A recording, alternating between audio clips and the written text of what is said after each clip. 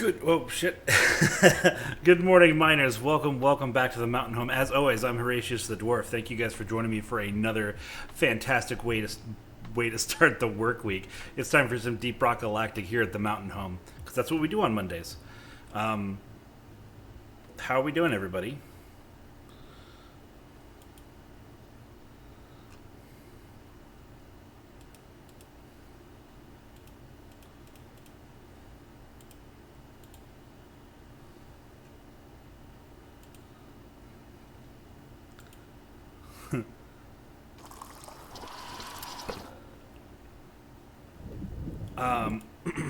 Oh man, good morning, everybody. Good morning. Good morning. Let's see. We got Otis the Cannon chat. Gearbox, thank you for the 6 months, my dude. I really do appreciate the support. This shit means a ton.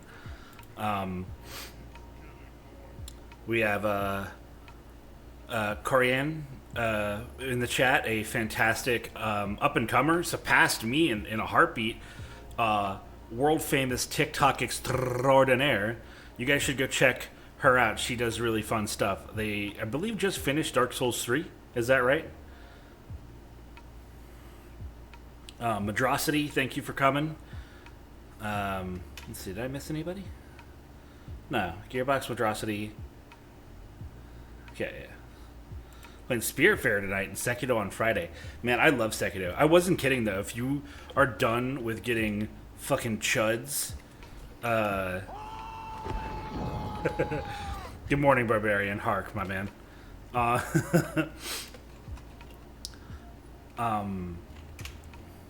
of course, you're very welcome for the shout out. You're incredibly entertaining to watch.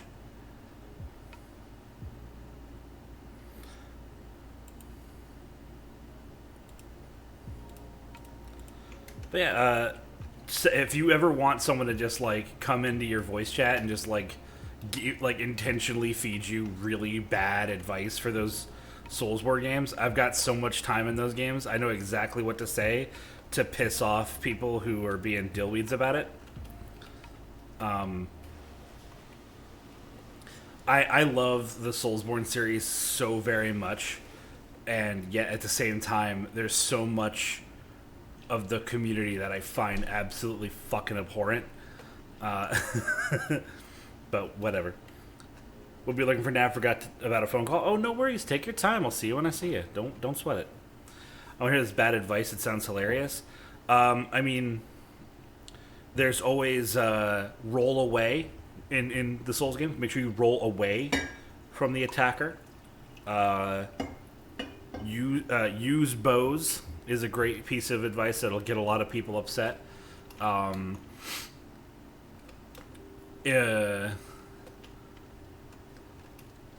Coercing people into abusing miracles and stuff is always very funny because it upsets people. You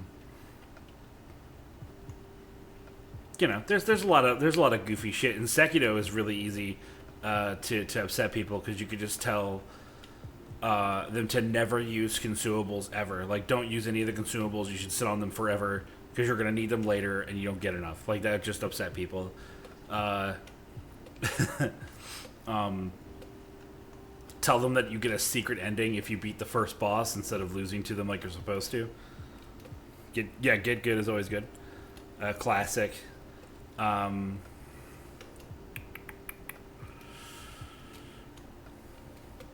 Just there's a lot of shit out there, man. And if I sat down and really thought about it, I could find some pretty good shit to say that would upset people. Oh my goodness, Elminster, thank you so much for the 1050 bits. You are firmly placing yourself as the bit commander for the week. Thank you for the gold. Range only run? Yeah. But no, really, man, thank you so much for the support. That shit means a ton. Cheers to great work week. Thank you. Oh man, when did you get your silver beard? Well, congratulations all around. It's making me really, really excited to see a bunch of people who have been around since like the beginning and almost the beginning get their silver beards. Makes me really happy. Right, so yeah, we're getting to some Deep Rock Galactic today. Full disclosure, guys, we're going to have to end things a little bit early. I have to go get my fingerprints done for the job offer that I received. By the way, for those of you who didn't hear, last week I got a job offer. Been great for years, my man. I know. But you're a silver fox, so you rock it. Thanks. Yeah. I'm working at a school with children with incredibly special needs. And I'm really excited to work with that demographic and give them my time and interact with them and help them be better people and learn skills to be the people that they want to be and all that good jazz. I start in a little over a week, actually exactly a week. So next week is going to be super awkward. But then I'll only be working that job for the end of July. And then because it's a school, I'll basically just be there for the end of the summer semester. And then then it'll be a month off. And then the regular school semester will start end of August. So it's not going to impact our point and click adventure month with my partner Willow, my lovely wife. But it is going to impact thereafter. So the next 2 weeks after this one is going to be a trial run of how to rework the schedule for the week for you guys to see, what time frame is going to work. Now, we're probably going to aim for like an early to mid-afternoon stream. So like, I'm thinking people, we would start up around 3, maybe 3:40, 3:30 or 4, sometime between 3 and 4 p.m. and run till 7, 8 or whatever. That way I still have a little bit of time to unwind and hang out with my, friends and my partner in the evening before I go to bed. Healthy work. Also, I have hands, in case you guys maybe not saw that last week. I have hands. Hello. I'm really excited about it. This was brought to you by the fantastic people in chat, Shadazane, Madrasity. There are a lot of people giving tons of support for this. So thank you. Thank you for that. I got hands for you guys. Transition. So, I think that was all the big stuff that I wanted to put out there. So this is, this is Deep Rock Galactic. This is the game that we play to start the work week off properly. We'll start up with a really chill set of 3 missions, and then we will do the deep dive, probably. You know what? I'm vibing. Let's go super chill. Support equals bullying. It's true. That's how it goes in the biz. Am I coming through okay, by the way? Is the lo-fi coming through all right? Hope all the audio is coming in okie dokie. The next thing I'm looking at to improve the workspace here is I have some noise canceling foam like sections, and I just gotta figure out how best to rig those up to assist with noise cancellation. Because you know what, I'm just talking to you guys on my regular speaking volumes.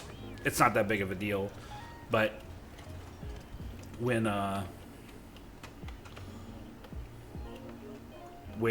singing, I know the echoey aspects of this room can kind of get kind of bad.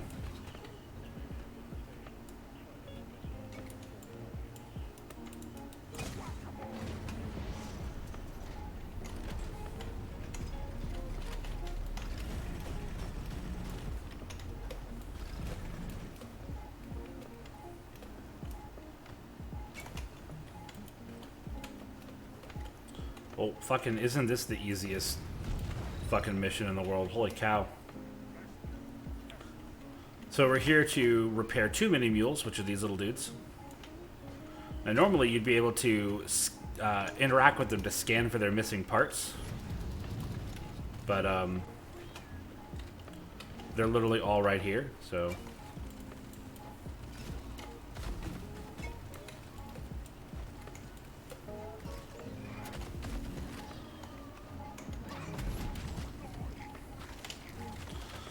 So this is Hazard 2, just to, you know, bust the rust off the gears and wake up and stuff.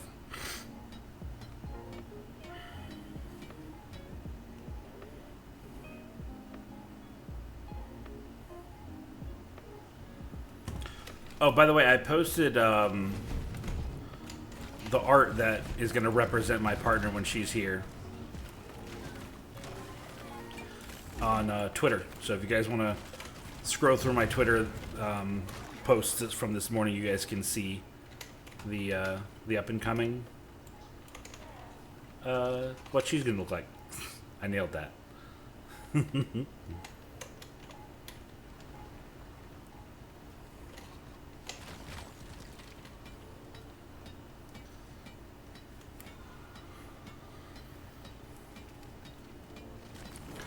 Yeah, this mission should be pretty relaxing. Just waking up the FPS muscles. Especially after last night. You get a chance to try Across the Obelisk? I've been moderately obsessed with it. No, I don't know anything about that game. I've never even heard of it. What's Across the Obelisk? Because I dare say, Gear, over the decade plus I've known you, you generally have pretty good taste in video games. Except for the game in which we met each other, which was League of Legends.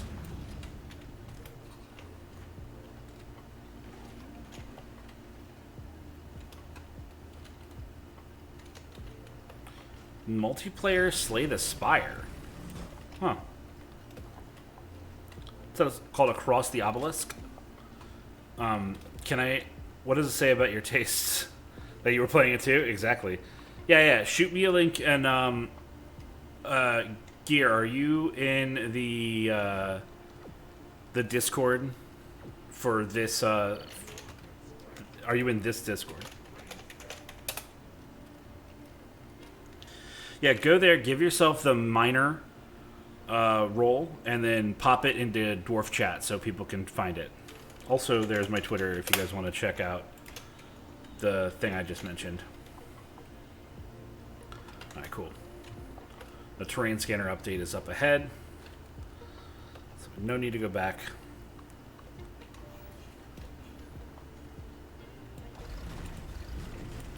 What does it say about my tastes that I was also playing League? You can glean from that about 12 plus years ago, I was a very sad, very lonely dude. And thought that that MOBAs were a healthy video game genre to play. And I was wrong. Ooh.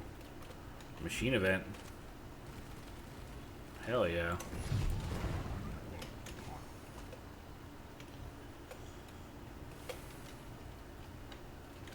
Oh, I do have enough nitro for a resupply.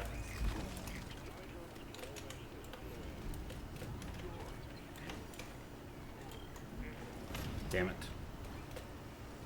A bad time to reload. Alright, let's crack this bitch open.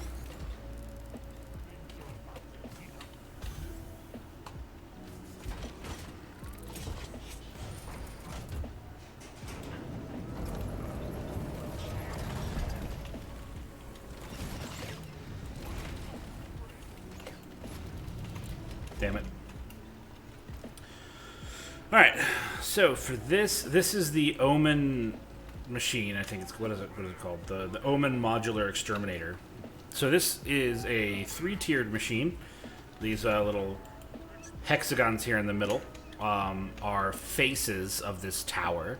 This is essentially an automated murder machine that has gone haywire. And so it is our job, after I press in all 4 of these pillars, or pistons, or whatever,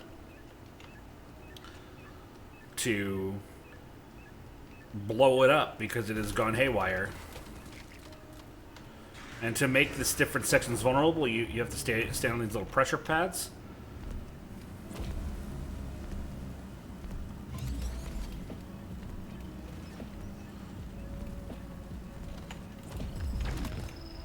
That did not do as much as I wanted.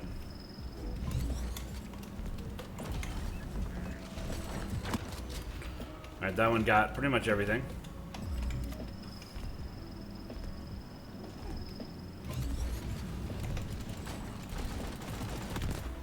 So these little green guys.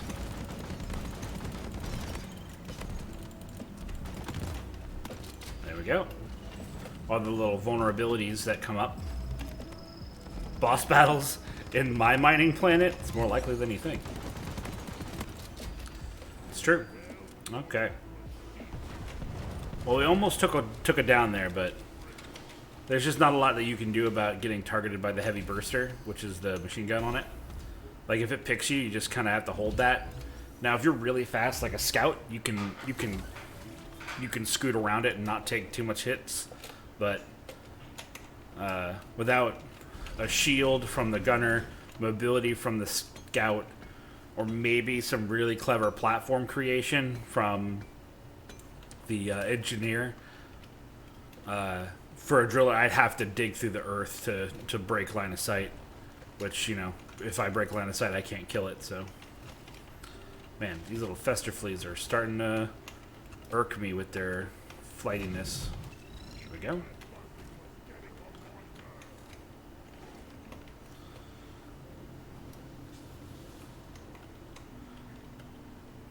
Okay, but if it's just going haywire, why not turn it on permanently to fight bugs? Because the haywireness of its malfunction seems to be that it's targeting dwarves in specificity rather than, you know, targeting its preferred, you know, quarry of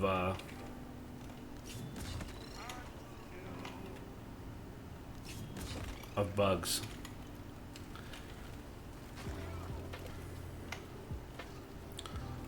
I'd like to imagine a situation where you can repair it and just have it be like a base of operations, because that would be fucking sick, but because if you let one machine do whatever it wants, the others are going to get ideas.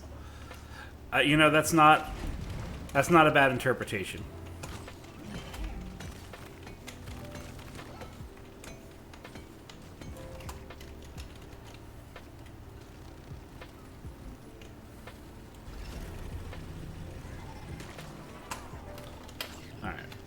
Let's dig up. Molly has already just barely been following orders to Vegas since. Yeah, that's true. Molly's borderline a free spirit. Oh, hello.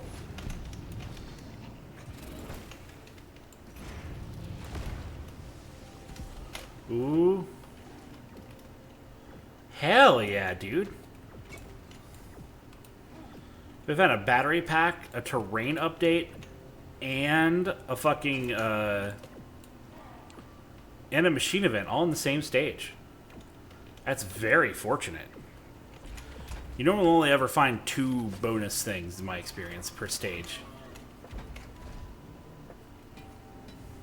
So to find 3 like this is very nice.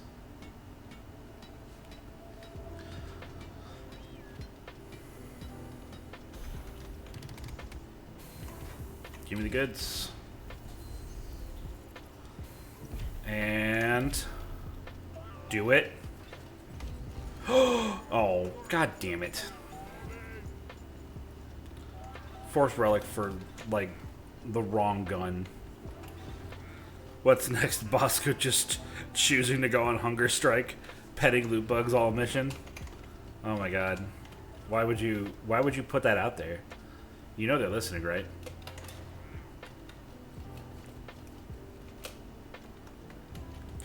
Bosco has unionized before.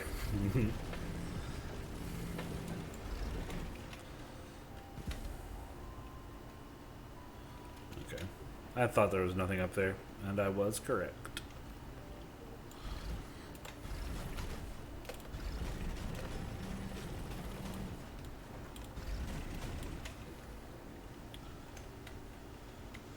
Okay. 3 more fester fleas. I see fucking none of them. Oh, wow, that's...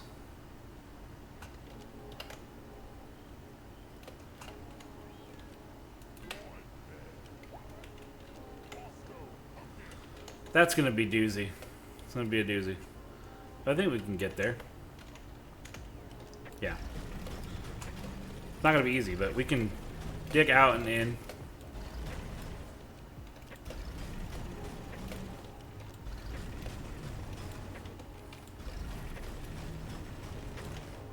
Oh, hey, I found it.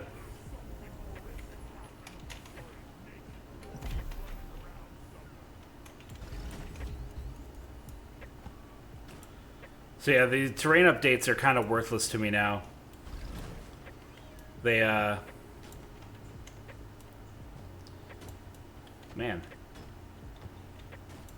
There we go. Since I got all the pickaxe parts and stuff, they're just bonus minerals, which, to be fair, is very, very desirable.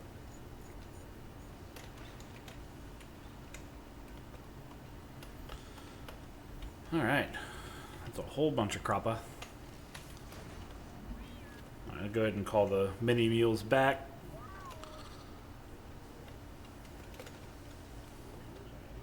Get this mission rolling here.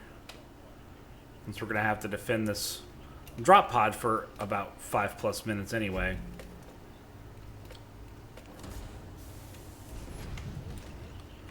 Alright.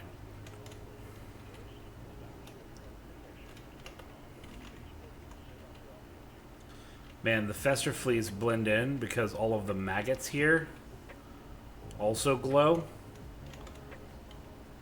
So I keep thinking that I'm seeing a fester flea, but it's just a fucking maggot.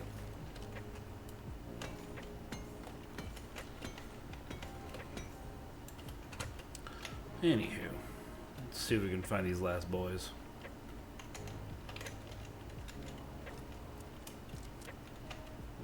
Oh, there's one.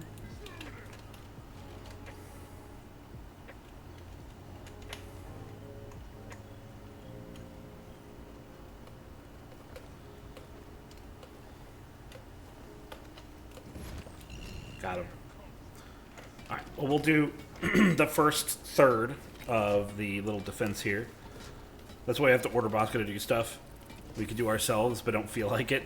Mindless tasks to break this poor robot spirit. Keep him apathetic enough to not cause a fuss. That is some distressingly capitalistic shit you're spouting.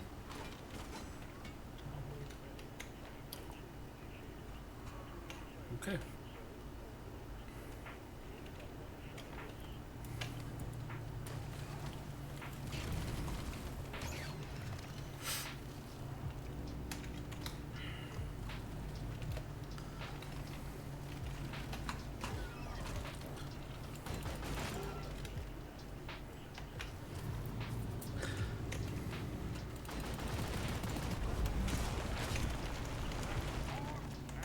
Oh, hello. Are you? Yeah, you're dead. Howdy, Lex. How are you doing today? Welcome to the stream. Having a nice, relaxing, simple, easy peasy Hazard 2 mission to start the day off. Just sort of breaking the rust off all of the FPS skills.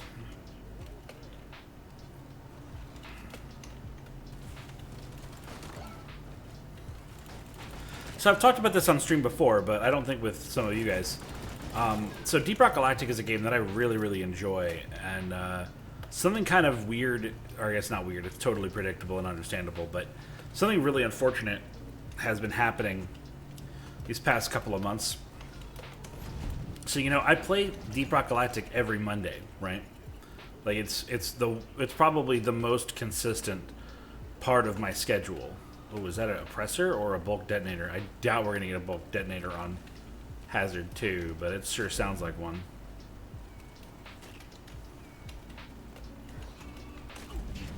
Yep, there it is. This might be the first bulk detonator I've ever seen on Hazard 2. Oh, shit.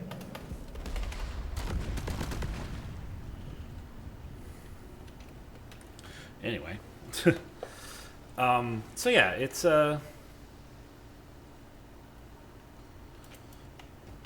been weird since, you know, I used to, and I suppose to some extent still do, refer to this game as dwarf therapy. You know, this is the game that I like to go and play to relax, to vibe, to unwind in some very fun gameplay that I just kind of am always in the mood for.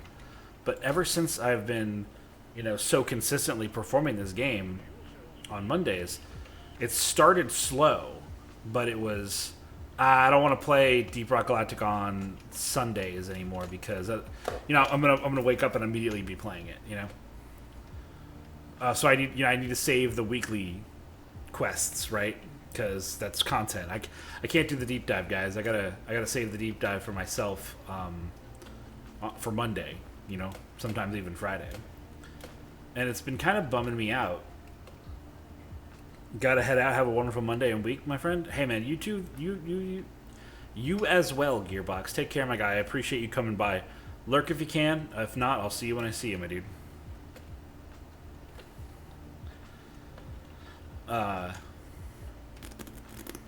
Oh, yeah, so it's something that I'm sure plenty of other streamers can relate to, probably. This idea of, oh, I can't or I won't play this game that I like to play because I need to either save the content for a stream or,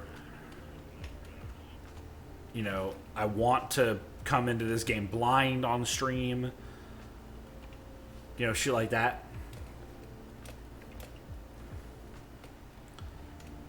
And it's a bummer.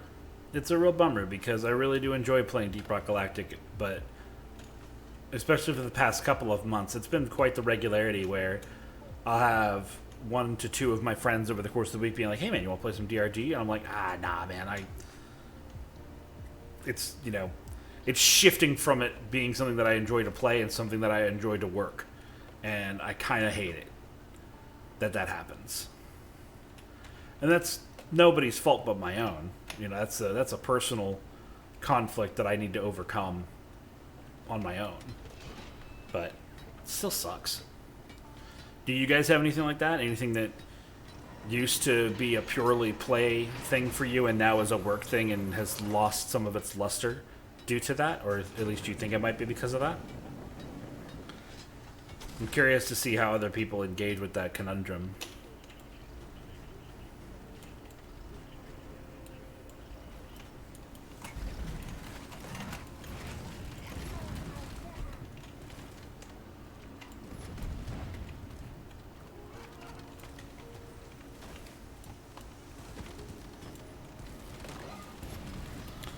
Maybe change how you play it. Start playing themes for work so you can separate it.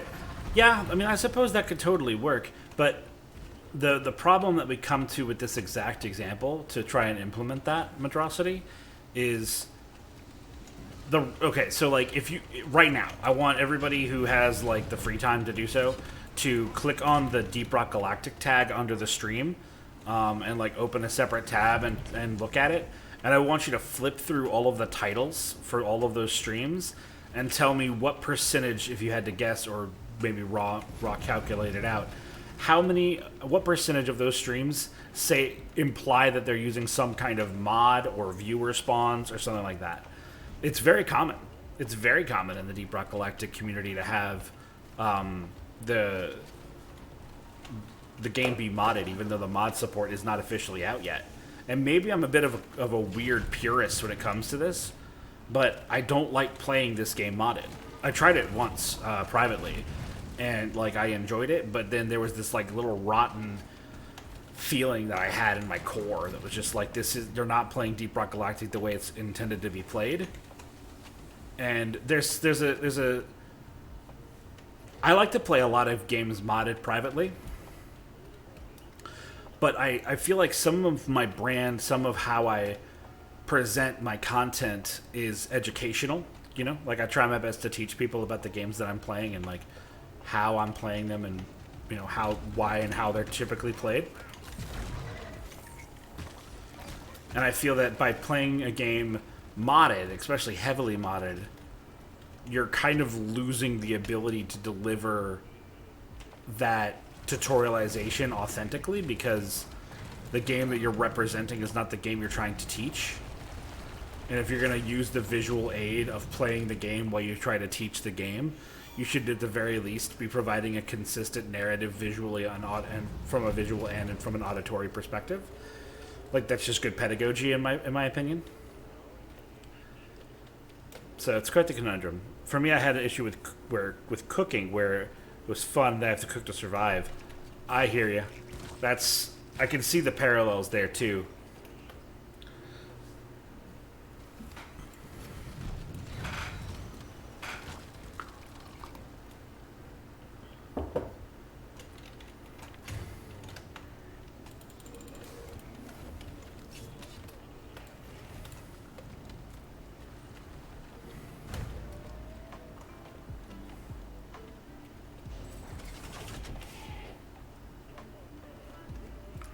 All right.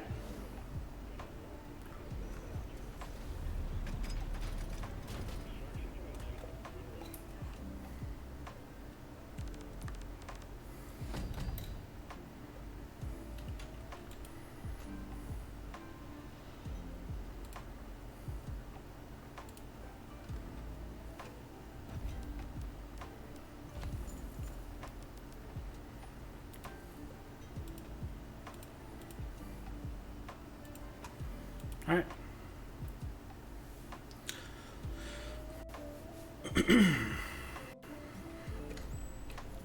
All right. So the second stage of the weekly core hunt is a oil refinery, or a morkite refinery stage.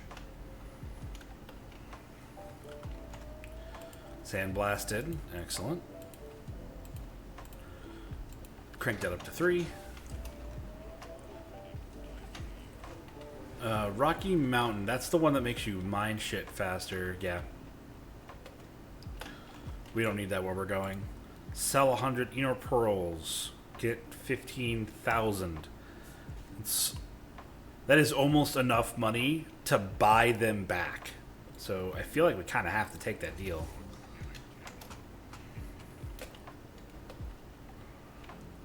I had to head out, do some morning rituals since I woke up late to be back soon. Hey, no man, dude, no worries, Otis. You take your time, man.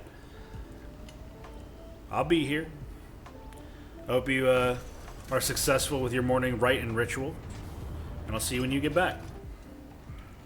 I was thinking more of like Greenbeard days or artificial challenges like destroy dreadnoughts with resupplies only. Oh my goodness, that last one would be particularly difficult. So like you're saying, you know, run. Yeah, I suppose I follow what you mean, you know, with having themed days and all. But see, here's the thing. Is that a fucking bitter gem? Holy shit.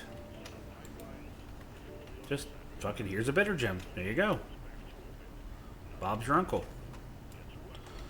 And I hear a Betsy. Betsy's are really, really nice to have on stages like this and point extraction.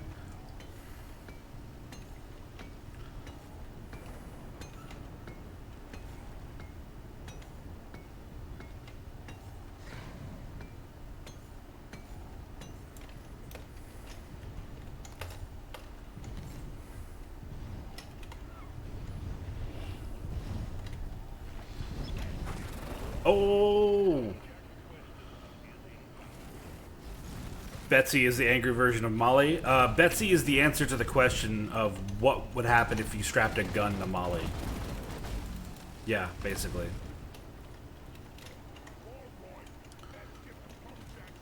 Okay, there's our minehead. There's our Betsy over there. We're gonna let her rest for a little while.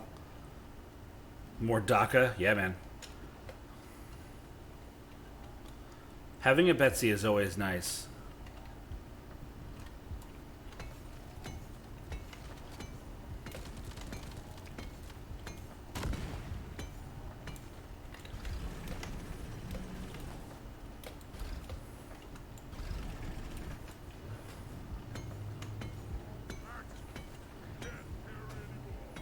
Oh, I don't have bigger bags right now. I'm running elemental resistance still. I was like trying to figure out why I kept running out of fucking bag space so quickly.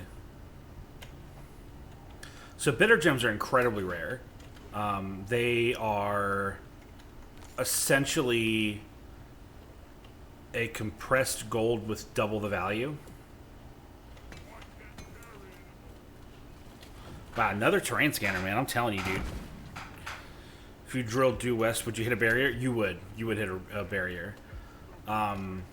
It's pretty massive, actually, though. Like how far you can go before the game's like, all right. You've quite the sandbox per stage, but I think that there just is a limit for loading's sake, and also to reduce the potential strain on some computers that might not be able to handle a particularly massive, world generation.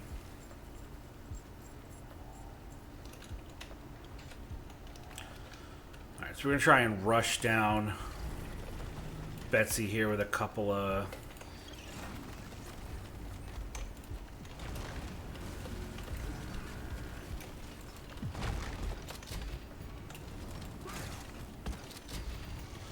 Got him. So the electric, like, charge suckers or whatever they're called, the things that are causing Betsy to malfunction are very vulnerable to melee damage. So power attacks and impact axes are very effective against them. And so we got a Betsy. Get equipped with Betsy. A shard of Enor Pearl.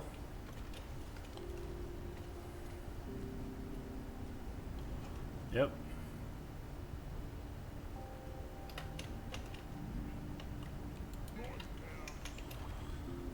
There's going to be a gap in the roof right there where the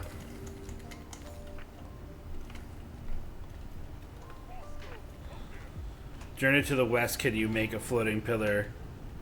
Make it larger. DRG science. I mean, honestly, I'm kind of just always down for Journey to the West. I think it's a really fun story, but not the same journey that I think you mean.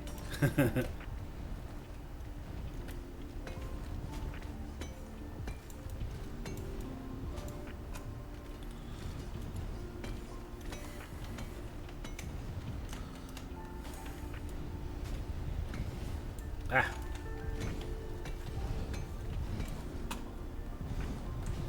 All right.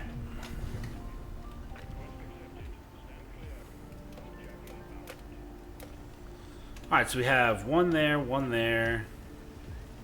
Last one's got to be over here towards the left somewhere, I'd assume. We have half of the Bulu caps that we need.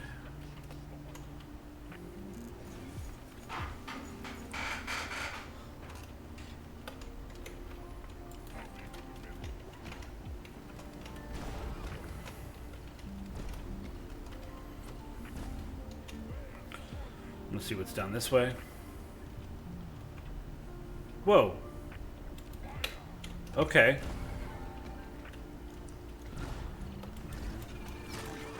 Again, man, fucking, this is a mission that's really trying to pay out. We got a gold dupe bug, which is a nice little rare bunch of gold, a bitter gem, a terrain updater, and another cargo crate. That's really, really fortunate.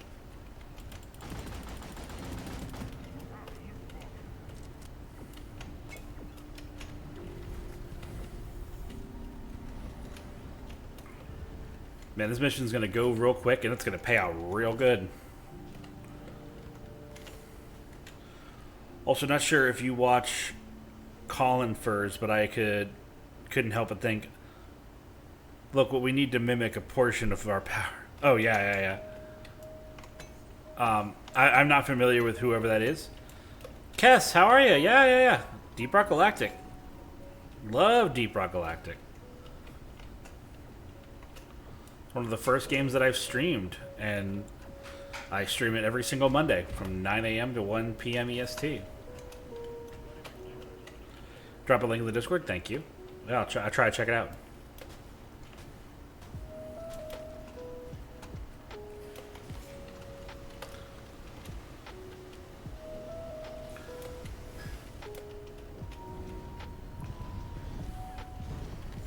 Well, geez, here's all of the Bulu caps that we need.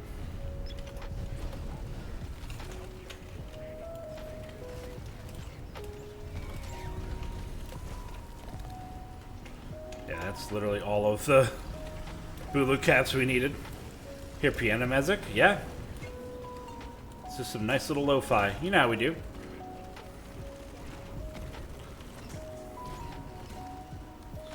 Oh, working on your comm at the moment. Should be completed today. That's lovely. I look forward to it so I can pay you. If you guys don't know who Kess Hora is, by the way, you should look them up on Twitter. They are a very, very lovely person that has been around for a long time. And I'm very much looking forward to them making more content and, like, doing stuff that I can appreciate. So they are good people. And also, good morning, Amothic. Welcome, welcome.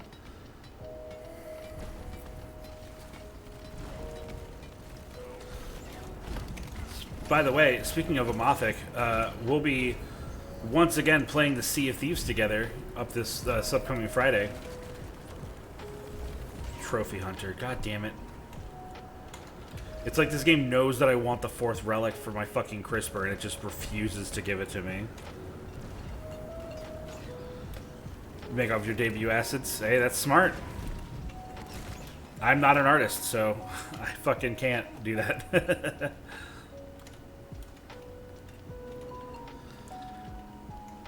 But good morning to you two. Thanks for coming by. Yeah, Amothic and I played Sea of Thieves a couple weeks back when the new Pirate's Life stuff came out. And had a ton of fun.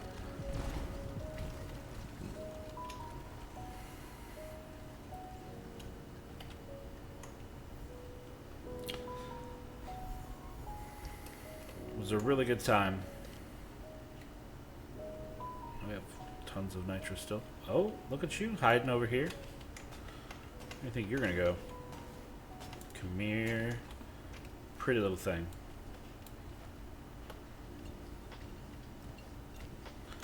We broke the game a few times. We did break the game a few times, which was impressive. I mean, to be fair, the first time we broke the game, it was because that, like, we were idiots and couldn't figure out that there was literally a cave pathway. Wow. Like, right next to us. Thanks, Kess. Okay.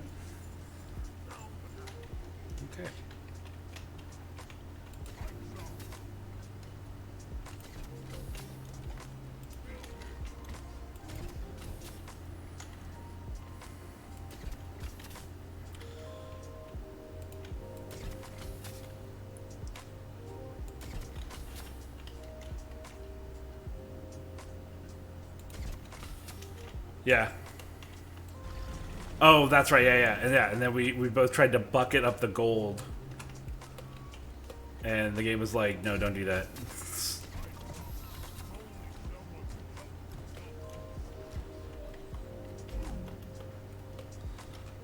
Yeah, no, it's, I mean, hey, that's what the Owen Wilson WoW is there for, right?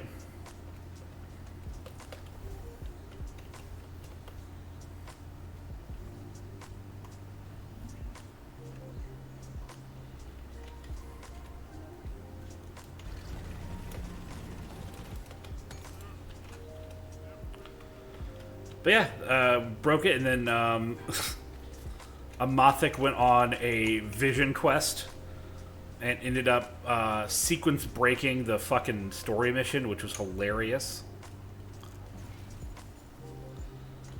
I'm excited to watch Sea of Thieves. I'm glad. It's a very fun game to play.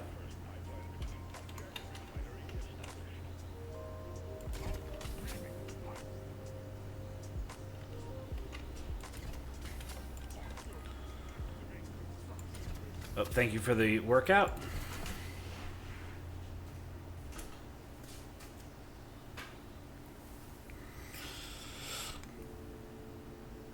Is that when I swam around the whole island and got stuck in a cove? Exactly.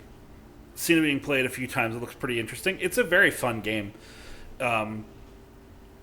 It's hard. It's the thing about Sea of Thieves is that it's really hard to recommend Sea of Thieves to people who don't like conflict, because as the name of the game very much suggests, it's a game where you are thieving from each other constantly. I mean, it's a game where you're a bunch of fucking pirates, you know? So even on a Pirate's Life servers that are not, like, rules-wise dictated towards PvE, but because those are the only stages where you can access the new content.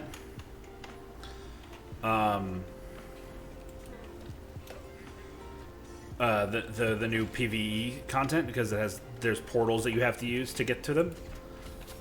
They kind of attract the PvE player base, which is obviously fine. But whenever you attract PvE players in a game that is PvEVP, I mean, you're literally attracting the PvPers by attracting the PvEers, you know what I mean?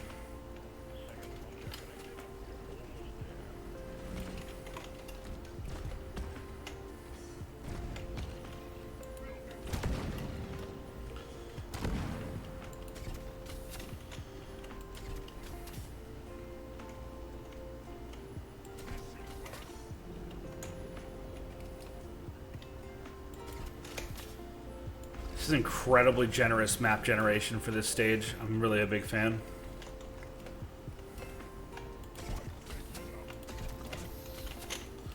Alright, while he's doing that,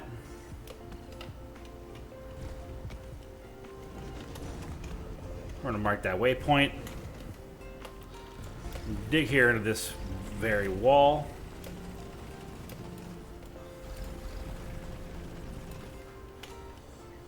Yeah, have you seen another ship? There's a 50-50 chance. Yeah.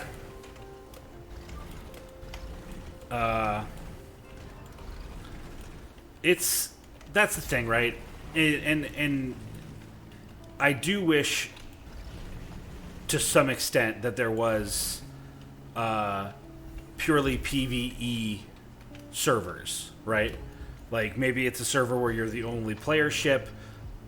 Maybe there's servers where like player damage is turned off or something. Like I don't know how that would work, but some sort of, you know, safeties on type gameplay.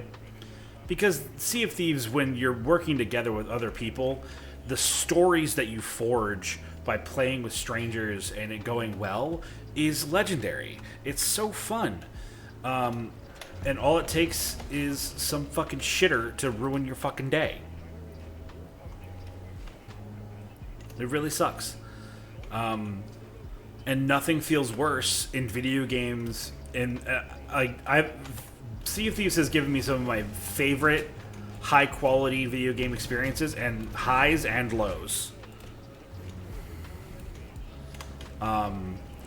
You know, there's been here's you know, a day filled with adventure where me and my buddies like made a bunch of money and we did awesome stuff and we had these cool ship battles with players and, you know, PvE and PvP alike, and it was just such a fun day. And then there are times where the server is dead quiet, you don't see anybody for 3+ hours, and you go to sell your shit, and the second you take your eyes off the horizon, a enemy vessel slinks up beside you, blows out your mast, sinks your ship before you have a chance to do anything, and people start yelling gamer words into your ear through the in-game voice chat. Like, it's simultaneously some of the best gameplay and some of the worst gameplay experiences I've ever had. It's wild. To make you non-attackable. I mean, that's the problem, though, is that, like, here's the thing. If you put up the Alliance pennant, the idea behind the Alliance pennant is that you're looking to play with other people in, like, a non-aggressive way. But there's literally nothing stopping you from throwing up the Alliance flag, rolling up on somebody, getting into an alliance with them, and then sinking their ship and taking all their stuff. Immediately then leaving the Alliance and stealing, just keeping all their shit for themselves. Like, it's really shitty that shitty people... Yeah, exactly. Sometimes people are liars.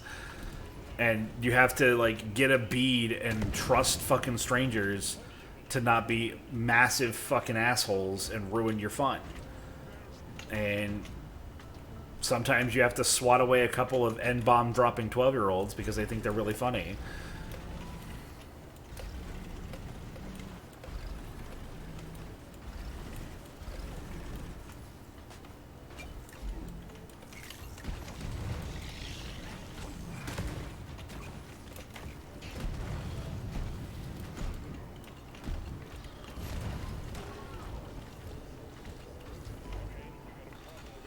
Yeah, and then every visitor on the ship gets a blunderbuss, exactly. And then later on, when you meet people who are, like, trying to be cool, they think you're an asshole because you're on guard, you know? Like, it's just such a... It's a bummer. But at the same time, like, I love Sea of Thieves. It's such a fun game. Has so much shit to do. I love that there's no such thing as avatar strength in that game. Like, something that I told Amathek when I played with her the other week was, hey man, I'm just trying to be friendly. Yeah, it's like, you can be friendly not on my ship, but, you know, then you sound like a paranoid asshole. But, you know, you've been fucked over too many times to let the world bend you over again. Exactly.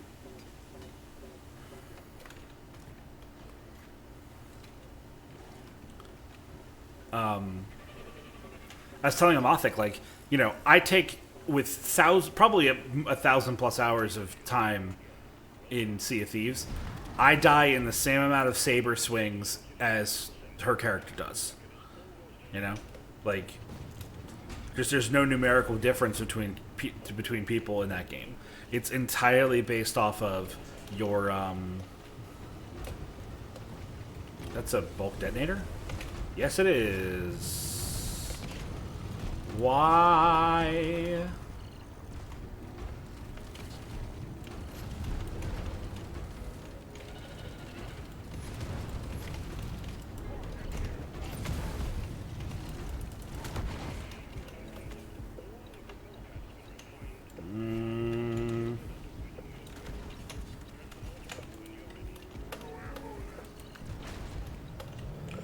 Oh, I'm gonna die.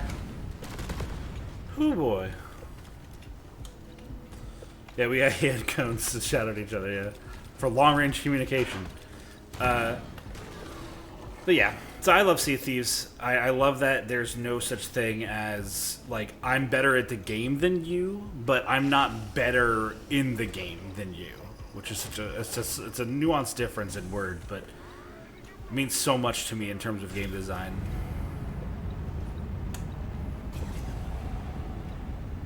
Alright.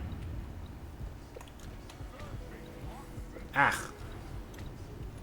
Betsy, please.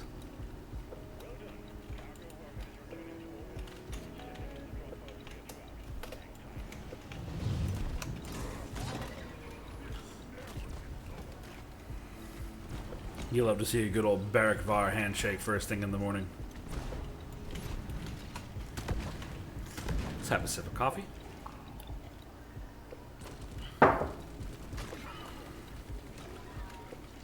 To be fair, we've been the bad guys before. That's true. See, that's the thing, right? Is that, like, nothing's stopping you from going out and being a bad guy. But I like to think that even when we were the baddest dudes we've ever been in Sea of Thieves Barbarian, we were not assholes. We have definitely fucking logged in and said, I think today we will choose violence. And we went and bullied other players. But at no point did we try anything super underhanded, like throw up the Alliance flag and then using it to get close and then, you know, hoodwinking them. Gotta go make some coffee. Hey, take the lurk. I'll see you when you get back, Amathek. I still fondly recall crushing a ship with no cannonballs, blaring Gangplank Galley, and just watching a ship taking their small amount of stuff. Yeah. I fondly remember many times playing the King's Anthem of Gangplank Galleon while playing Sea of Thieves. But, like, that's my point, though, is we were incredibly honest pirates. You know what I mean? Like, they knew we were coming for them. We made it super clear. We played a fucking, like, you know, track when we came in, and we hit hard, and I don't know.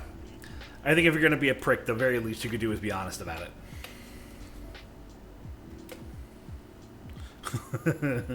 What brings you here? Okay, tunnel rats, I guess, yeah.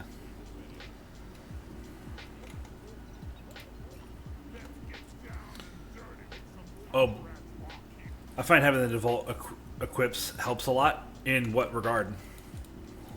Because if you're gonna say that having the default like ship livery and stuff helps you not get targeted. Oh, it's fine. You don't have the lurk command to lurk. It's all good, Cass. Don't worry about it. Honestly, maybe this is just my, like, you know, bias. Oh, shit. Hold up. But, seeing, oh, that looks really good, but I'm never going to use this shitty gun.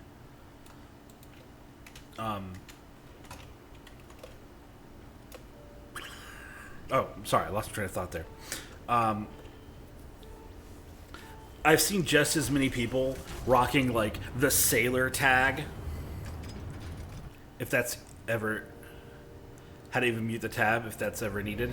Yeah, you just right-click on the tab if you're using Firefox, or even if you want to go sassy, you can just, like, click on the little Twitch icon in the tab, and that should mute the tab. But yeah, you want to make sure when you're lurking on people's streams on twitch.tv, to mute the tab, don't mute the stream, because you'll stop being considered an active viewer. Also, you can only be an active viewer in up to 3 streams at the same time. Jeffrey Bezos is a god. He's a great, wonderful person. Please don't take my stream away.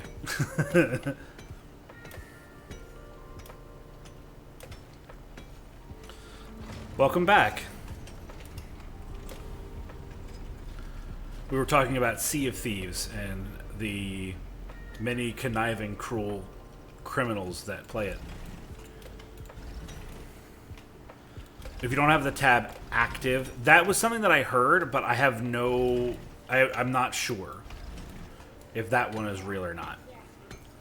I forgot to fucking swap out to bigger loot bags so I can carry more gems at once. Shouldn't be too bad. I got a molly this stage. I don't know if that's required, though, Madrasity. 6-tack with all sound? Oh, yeah, Kess. Yeah, you're only helping the first 3 people that you're watching. Sorry to say. Which, like, I get it. Like, it's a bummer because you want to sit there and you want to support all your buddies. But it also, I totally understand, you know? Like, from a business perspective, you can't just have bots or humanoid bots, as it were, you know, contributing to view counts and inflating numbers for a bunch of accounts at once. Plus, and I say this as a small-time streamer trying to make his way in the big city, inflated view counts don't help you. Again, like, I never try to upturn my nose at people, but excessive amounts of that are actively hurtful to your progress as a streamer. Then again, I'm very much of the philosophy of slow and steady. I mean, I've been doing this for 7 months, and I think that the fact that we, with some regularity, like, hit 20 viewers during the work week streams is, like, fucking crazy. Hey, an anonymous user gifted a sub to Kessora. Thank you so much for that. Welcome to the mountain home. Kess, go ahead and grab your pickaxe. It's time to get to work.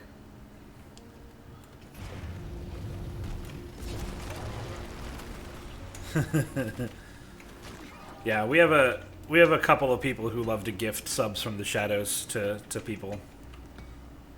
Plus, now you get those sweet dwarf emotes. So that's pretty cash money.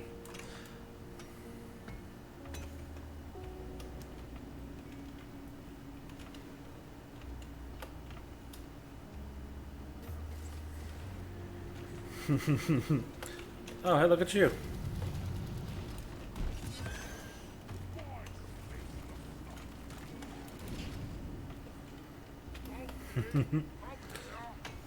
Madrassi, thank you for the workout. I'll do that after this vein of nitra.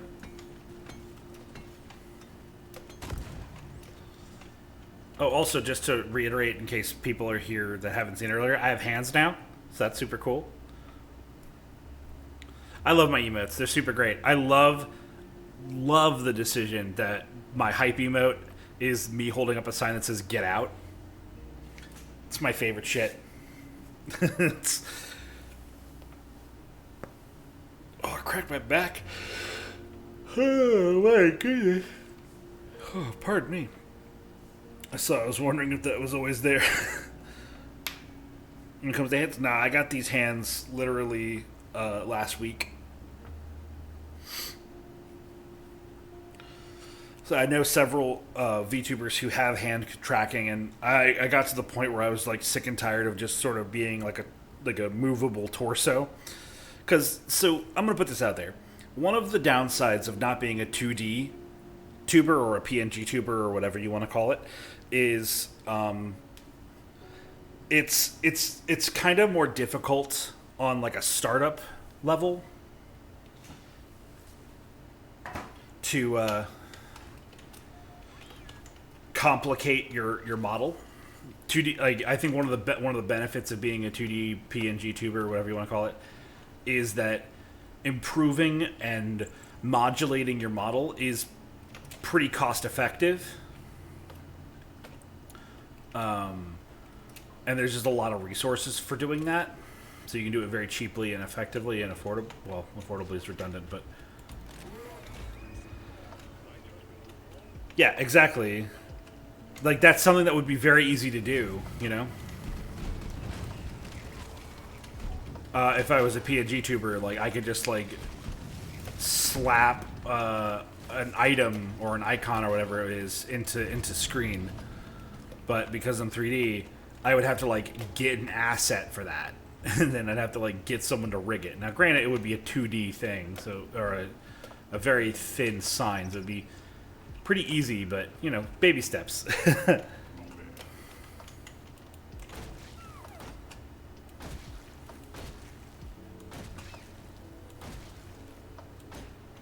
Molly, please.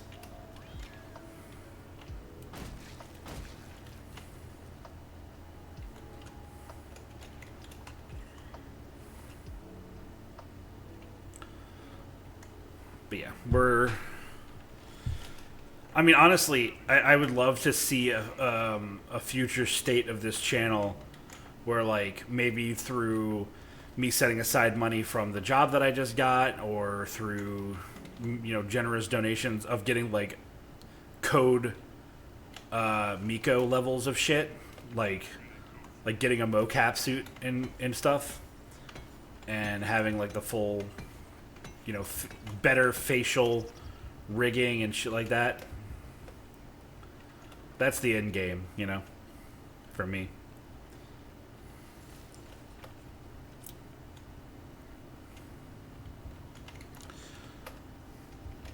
No, as far as I know, I'm the only. I'm one of 4 Dwarf VTubers. Period. There's Anora TV, Mythical Mark, and Diggy, or Mithril Might Co. is his handle. Now, there's also Celestial Dwarf, who is an honorary dwarf. She's not actually a dwarf. She's, like, she uses the word dwarf as in, like, a dwarf planet. Like, she's just, like, a celestial being. But of those dwarf VTubers, only me and Mythical Mark actually have a model. Anora does person, like, on webcam streams as often as they do wow. PNG streaming, which is fine. Like, I don't begrudge him for that at all. And then Diggy is entirely a PNG tuber. But that makes sense because he's a really good artist. If you guys want to see some really good art, I highly recommend trying to find Mithril Might Co. on Twitter or something, because he's really, really good.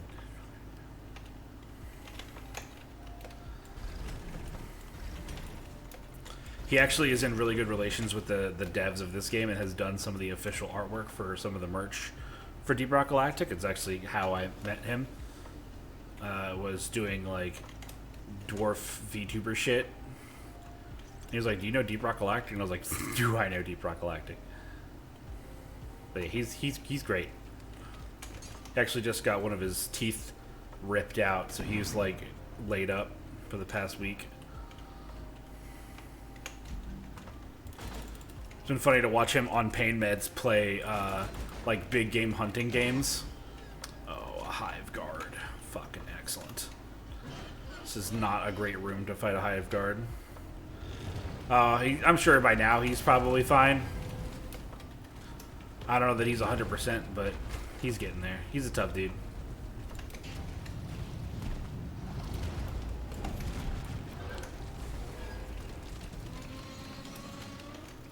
Alright. It's time to...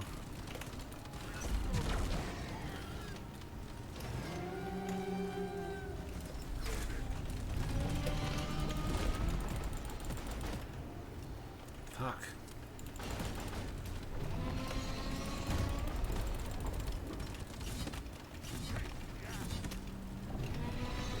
Please. Okay. Take a reload. Quote unquote, probably fine. I mean, you know, I'm not a doctor.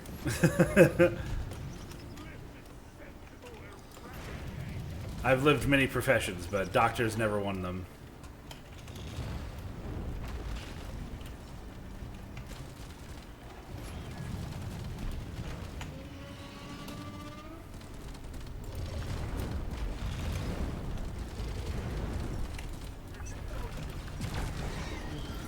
Okay.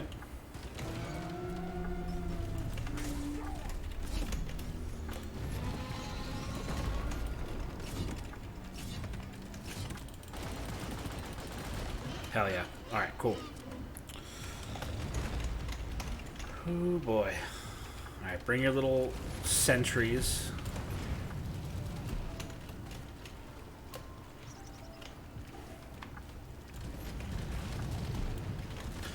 Oh, Corian, are you there still?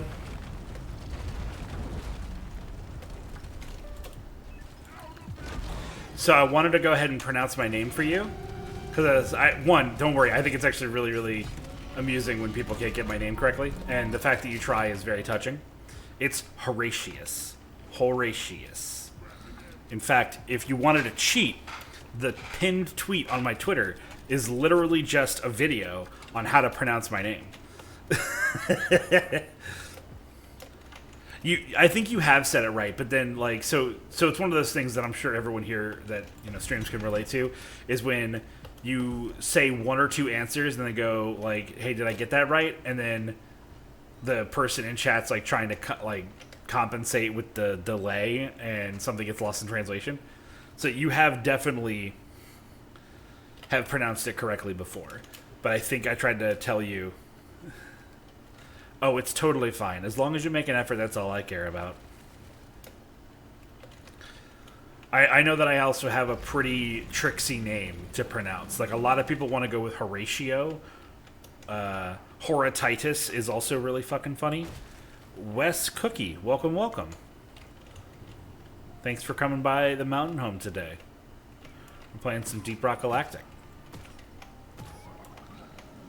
Yes, the golden Horatio. Horatio this. Oh shit. Nice.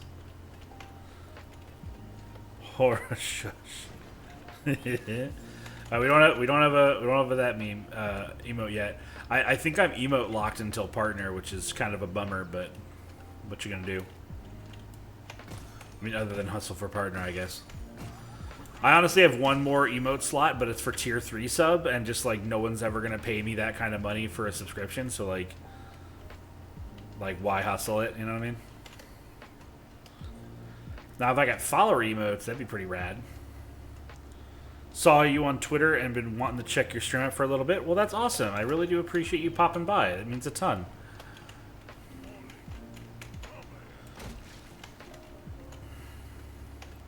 Yeah, Deep Rock Galactic is a fantastic video game. On your lunch breaks, just here for a little bit? Ah, dude, don't sweat it. That's one of the parts that comes with, me being a morning streamer for EST. You know, I like that people can pop in and hang out for a little bit while they're at work, or if work is slow, they hang out for longer. Honestly, there's a non-insignificant amount of my listening audience that, like, has told me verbatim that like, oh no, dude, I just put you on like a podcast while I'm working. I just sort of listen in, which is really touching.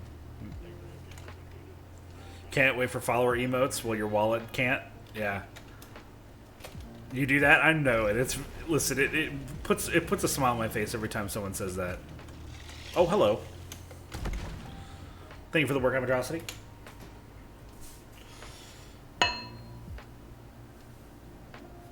I'm just here for the flicks. Oh my goodness. Just pumping some iron in the morning.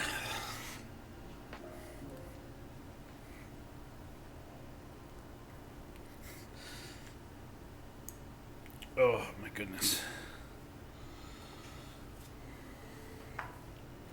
I have so many interesting takes. At times, I like to listen on in. Yeah, I mean, I try to. I don't know. I think that the beautiful thing about life is that there's so much time to think about fucking everything. So why not get nuanced perspectives about life's great questions?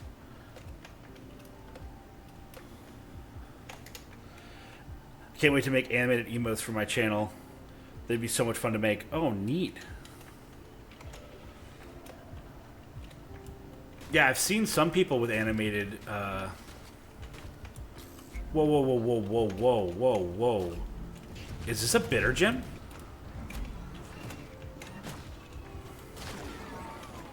Hold on. Hold on. Yeah, this is a bitter gem. 2 bitter gems in 3 stages. I've never had that kind of fortune before.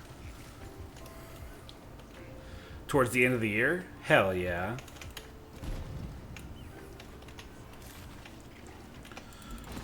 Then I might reach out to the guy that made my Horatius hype or Hora hype and see if he can animate it to where it's just like that face with like the raised eyebrow and then just raises up the get out sign. I would enjoy that a lot.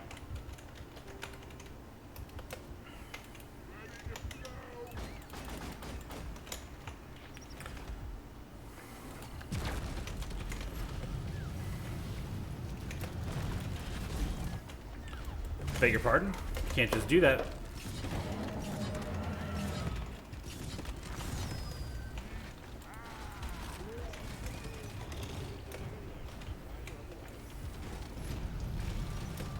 How does the mountain home take solicitors? Preferably with barbecue sauce if they're edible. No. Shitty jokes aside. Oh, crap. Yeah, solicitors are fine as long as what they're selling is worth a shit. Understand that dwarves don't have patience for fucking snake oil. Like I'm willing to hear out like what's that show that humans have? Shark Tank. I'm willing to Shark Tank literally any idea because some of the best ideas are the ones that are very quiet. But if I think that you're a charlatan, then I will be incredibly unkind to you. The best way I can think to put it. If they give you animated emotes right now, what all animations would you have other than the get out one you just mentioned? I'd probably take, let's see, this one. I'd probably get this emote, the Horatius, the Hora Rad, and make it a little bit smaller, but have me like raise the pickaxe up, like hand, like that, like raise it above my head, like a sort of a cheer thing.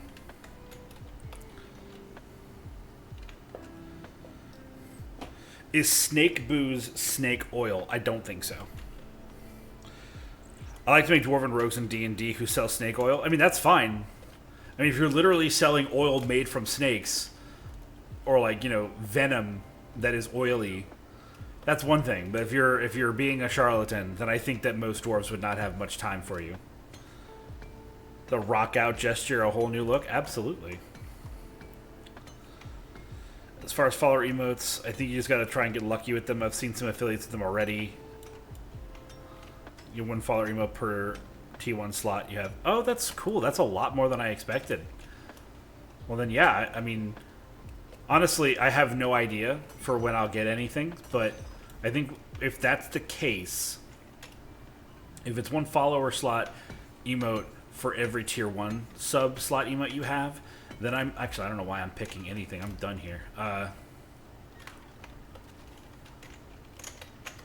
we checked everywhere? No, we have a little cavern here to this side we're going to go check out before we leave. Then I might... so you guys are teaching me a little bit. Like, I didn't know how many slots you'd get when you get them, and what they would be like. So I think I might engage with people for some ideas and see if I can come up with anything.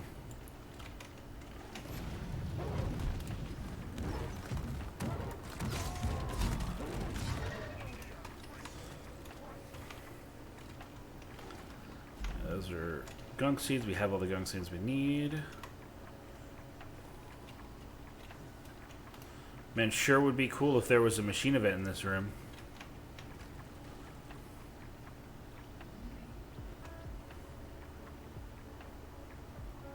Oh, hey, look at that over here.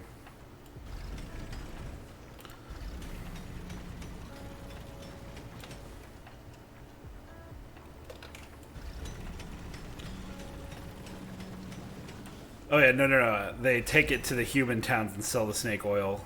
He's a particularly greedy dwarf. What has do I typically run on DRG?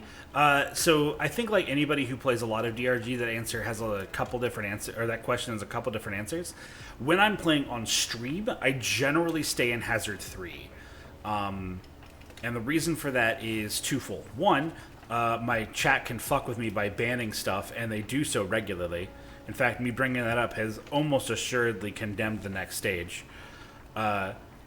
Two, if I find that in my experience in streaming, that there is a Goldilocks zone, if you'll pardon the phrase, of how much action can be going on in a stream before the stream begins to suffer. Or at least the relationship between me and chat suffers. One of the things that I really, really herald, as I'm sure you've picked up at this point, Wes, is I really, really value being able to communicate with you guys regularly.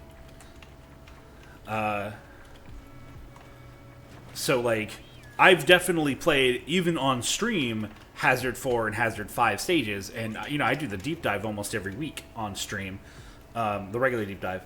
But, like, you know, there are points during those stages where, like, I recognize that it's been, you know, almost a full minute, and I haven't said anything other than the, like, the short, like, half-sentence quip, you know? And I'm sure that there are plenty of people out there that find that shit completely entertaining and are cool with that, but I don't think that there's a lot of crossover between that population and my audience. Not to be dismissive, but I mean, this is a very, very extreme... Oh, I have a ton of rat. I was really concerned for a second. Lost my train of thought there. Oh, you know, this is a very mature stream. Like, I say fuck a lot. I curse. I talk about very mature topics. I talk about sex. We talk about kink. We talk about philosophy and psychology. So it's just, I don't feel like my stream is particularly conducive to younger audiences for a lot of reasons. And so I don't think, so because this is an 18 plus stream, like, you have to be an 18 years or older to even follow this channel. Because I don't make content that is, I think, super suitable for people of that age range, generally speaking. Plus, I don't want to deal with the fucking legal bullshit of, you talked about sex in front of my 17-year-old daughter, and now I'm going to take you to court and steal all your money that you don't have. But going back to your actual question, yeah, I play on the middle of the road difficulties, because one, even if someone big bans, like, my ability to use my drills, for example, or takes away my flashlight or my flares for a stage, I want to still be able to reasonably beat that stage, because I think that overcoming adversity is more interesting and compelling as a narrative and as a piece of entertainment than just getting crushed by the challenges put upon you. That said, answering your second question of have you ever thought of doing viewer spawns in DRG, I talk about this pretty much every week, but I think it does bear repeating, so don't feel like I'm burdened by answering that question. For me, I find the idea of modding this game to be not... Okay, so a big part of how I play the games on stream is educational. I love to tutorialize. I love to teach people when I'm playing games. And so part of that comes from... A part of that is... Like, if that's the scoot, right? If that's what we're going to do here, then I need to make sure that... Take that and heighten senses. I think that's good. It's kind of sweaty, but, like, we're going to need it. Let me finish this thought before we start the deep dive. Hey, ENVtuber, how you doing? Offers the dwarf hugs before wandering to find panties while they listen. Well, welcome, ENVtuber. Thanks for coming by. And I will gladly take hugs, almost always. So yeah, I'm very much looking. Let me put it this way: I'm very much looking forward to the the mod support that's coming in Deep Rock Galactic, and I want to engage in the mod community when it happens. I've played modded DRG in my pastime, but here's the thing: Vermintide 2 is a game that that brought mods in after it main released, and here's the scoot. Vermintide 2, if you play with any amount of mods, except for like a very short list of approved mods by the devs, you're put onto a secondary set of servers that your progress is separate, your unlocks are separate, your server lists are separate, and these are the servers where mods are allowed. And then on the base game servers, these are the people who only, hands. I have hands on Mothic. Yeah. And then on the base servers, the official servers, I hope that DRG does something like that, because I'm not going to try and throw any other content creators under the bus, but I think it's really disingenuous, like really disingenuous. At the risk of sounding gatekeepy, I think it's really disingenuous when you have like profile and character and avatar progress in a game, mechanically or just cosmetic, and you can put in a mod that just like gets you double EXP or makes you get a whole bunch of extra credits, or viewer spawns that spawn in loot bugs and Holly hoarders and all that other shit. It takes away the grind, which, again, not trying to sound gatekeepy here, even though it's exactly what I'm doing. I'm trying my best not to sound shitty about it. That number, 172, that player, that like dwarf level of 18 with the red ranks, I earned that shit. And when people see that, they can infer a level of knowledge, awareness, time invested in this game, and that feels good to me to know that people can look at my profile, look at my character, and go like, wow, this dude really likes Deep Rock Galactic. He's put a lot of time in. But if you can like sort of cheat or subjugate your way, or not subjugate, that's the wrong word, but like slide into that level of progress, then you can, I don't know, I feel like there's bad actors that can dupe people with that sort of thing. I feel like it's going to be hard to play DRG, multiplayer in DRG once mods come out. I think the idea was to force a separate save for modded versus proper progression saves, and that's what I hope that they do. Like I said, that's how Vermintide does it, and I would be super, super cool if that's what they do. But I don't always check all the dev streams, so I'm sure I missed shit. But anyway, let's do the deep dive. Also, Otis the Can, welcome back.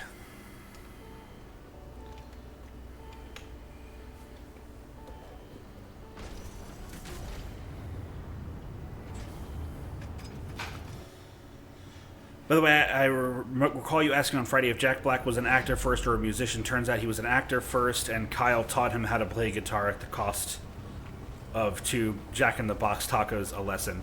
Yeah, that sounds incredibly familiar. I knew that the cost of learning how to play guitar was tacos, and because they are both very West Coast dudes, I figured it was probably Jack in the Box.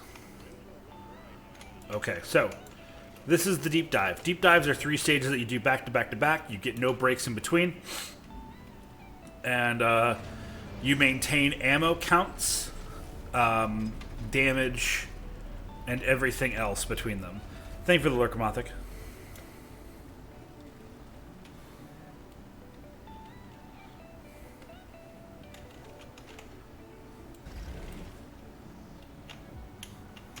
Thank you for the workout. And Soggy Sock says, sure, but I've seen generally the people playing the current mods are long timers with hundreds of hours or more in the game, while the people who are complaining that the short timers who won't even likely be playing for another 3 or 4 months. Yeah, that's no pickaxe for 5 minutes. Thanks. And Barbarian's racking up a big band. Awesome. So while I do this workout and while I wait for Barbarian to hit me with the big band for the entirety of the deep dive, this first deep dive stage, I'll address that question or that point, Soggy Socks, because it's totally valid. It's absolutely totally valid, and you're absolutely right. You know, you can look at plenty of, I mean, shit. You can look at people who are actively streaming this game right now that are using mods and like viewer spawns and shit. Like, those are people like me who don't really need a bunch of credits and don't really need a bunch of extra crafting materials and stuff like that. Like, you're totally right. These are people who are trying to squeeze another few dozen hours or more out of a game that they fucking love. Yeah, and we do have a good modding platform and community. I completely agree with that.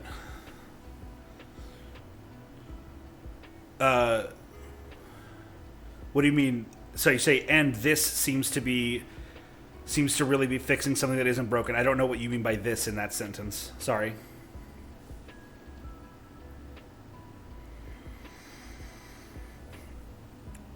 All right, thank you for the workout, Madrosity.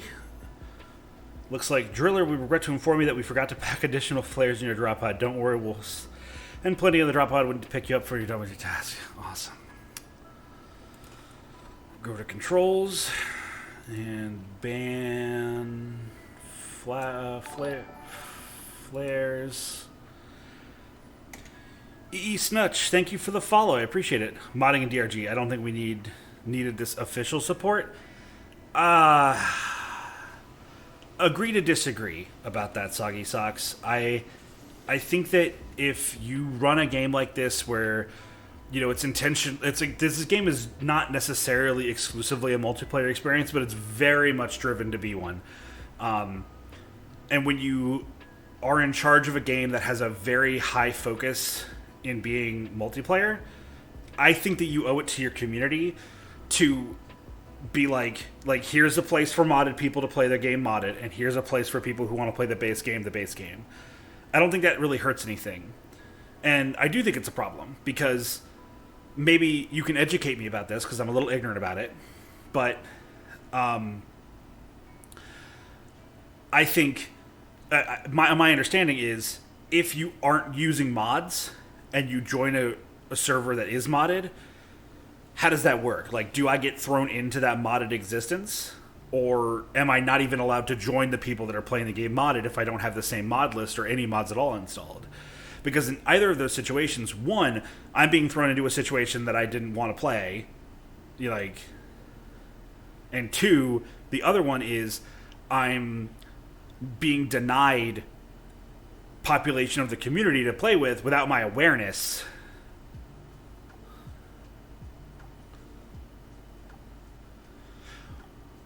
Right, but like, there's no harm in giving your player base the consent to playing with people who are playing modded or not. Like you say that's not. You say that it's fixing a problem that's not broken, but I see it as that is a problem. You know, like, these are people who want to know more about the servers that they're joining before they get in there to play, and it doesn't hurt the modded community at all.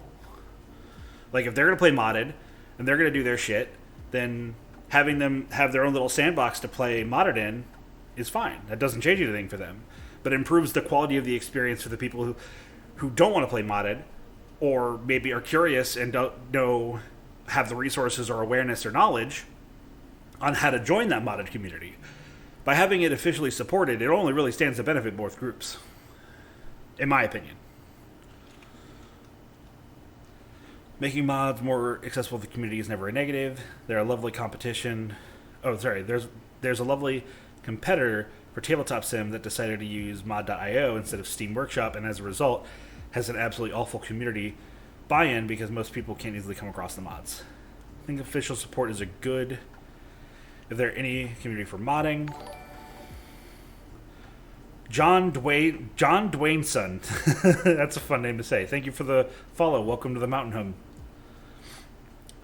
We're talking about modded DRG right now, or modded Deep Rock Galactic. Trace PvE. Yeah. All right, so gonna start the 5 minutes now for no pickaxes. Oh, I'm going to do that if I don't unbind that key.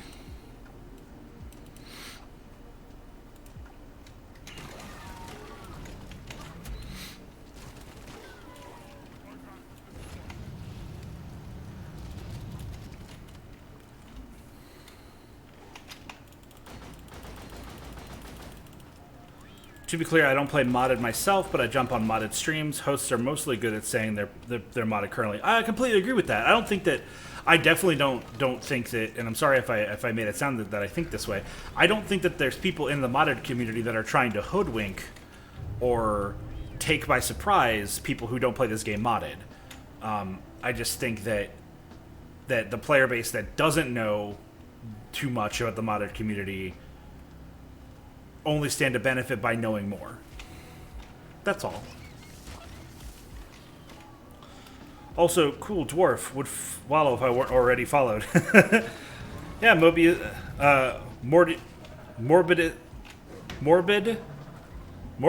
the Grand. Sorry, it took me way too long to get that straight. And let me know if I fucked that up.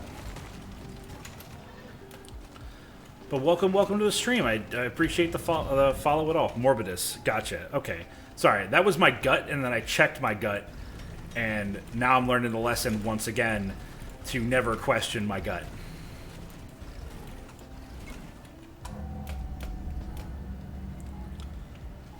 There's two is. Gotcha. Alright, lunch break is over. Have a good stream, and have fun not being allowed to mine. Thanks, man. You take care, Wes. I appreciate you coming by.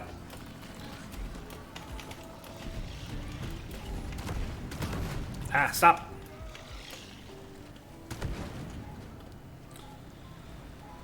So for 4 more minutes, no pickaxing, and for the rest of this stage, no flares. This is fine.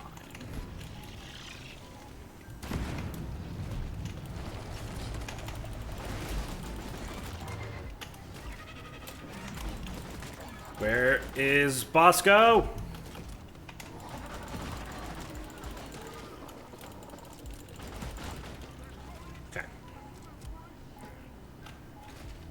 Scan for legs.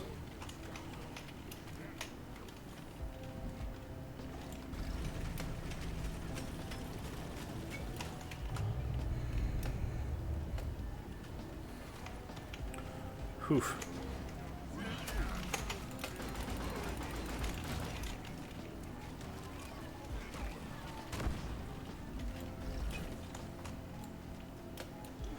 All right, one more egg.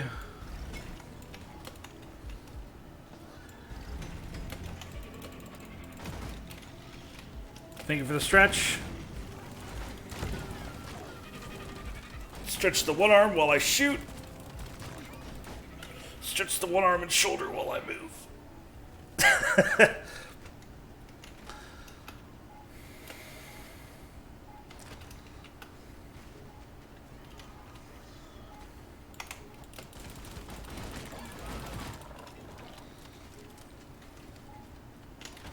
Also, Corian, you're getting quite the hang of being a proper asshole in my chat and a thorn on my side with the bans. I'm really proud of you. And not running EPC. Going to be mineral pour this run? Yeah, it's a bummer. I have a strong distaste for the EPC. No, you know what? Fuck you. I really like the pistol. I know that it's not the favorite of the driller community, but for me, welcome back, Lex. Chat has taken away my ability to use my pickaxe for a few more minutes, and has taken away my flares for the rest of this stage. So that's great. You tend to play engineer? Nice. One more egg and one more mule egg and you'll probably get your flares back. Probably. Do you really just have that much stocked up, dude? Because, like, holy shit. Most for me, it's just because you have no pickaxe. I guess you still have Bosco, so that's not all bad. Yeah. There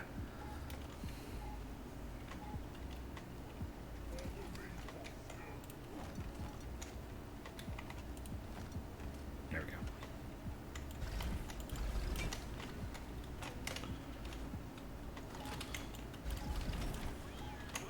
Now you're thinking with drills.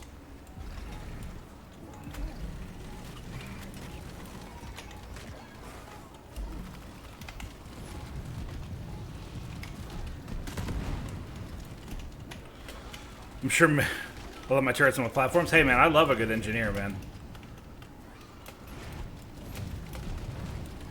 A good gunner, and I don't have to kill shit. A good engineer, and I can get anywhere. And a good scout, I can see everything.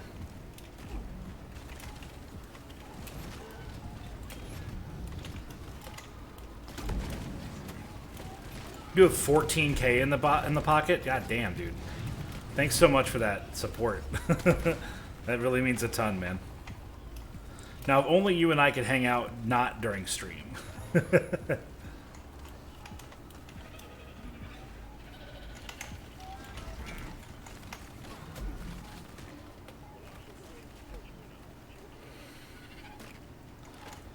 We're playing next.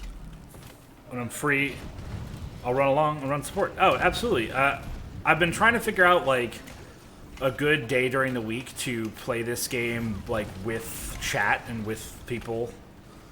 Because generally speaking, I play solo when I stream, just so, like, you know, me getting my shit banned doesn't fuck up, you know, my team. Like, just fucks me over. But yeah, man, I would love to play with you sometime, Lex.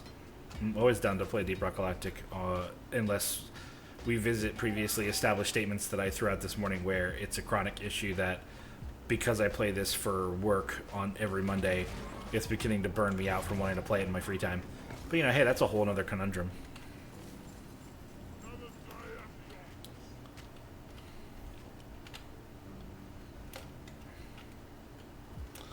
I feel that. Yeah. I was talking to people earlier, talking to chat earlier about that. Like, I'm curious as to who has experienced that, you know?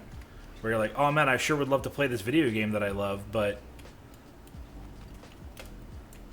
I want to save it for stream, or I want to, you know, not play 6 hours of it in my free time and then not really feel it during stream and shit like that. It's a real bummer. It's a real bummer. I'm grinding some of the less fun parts of Yakuza 0. I'm worried it's going to burn me out too. Yeah, that's real. Okay. Gotta hit the drop pod. It's time to get the fuck out of here. Real Estate Royale is just standing around waiting for bars to go up for about 10 hours? Yeah. I mean, for all of the beauty that the Yakuza games have, there is some parts of the Yakuza games that are just, like, fucking, like, brain-numbingly bad. Or just not very engaging, I might want to say.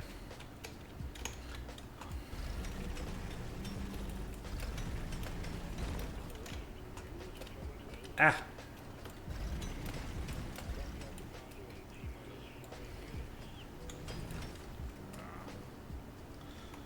But it's not actually hot stream content.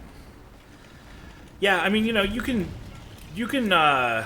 see if you can find, like, outlets through that, you know? Like, for example, when I play Sea of Thieves, when I stream Sea of Thieves some weekend mornings, I'll do a fishing stream where I just literally, like, all I'm trying to do in that game at that time is just stream, like, fish for a couple of hours and then sell whatever I catch and call it a day.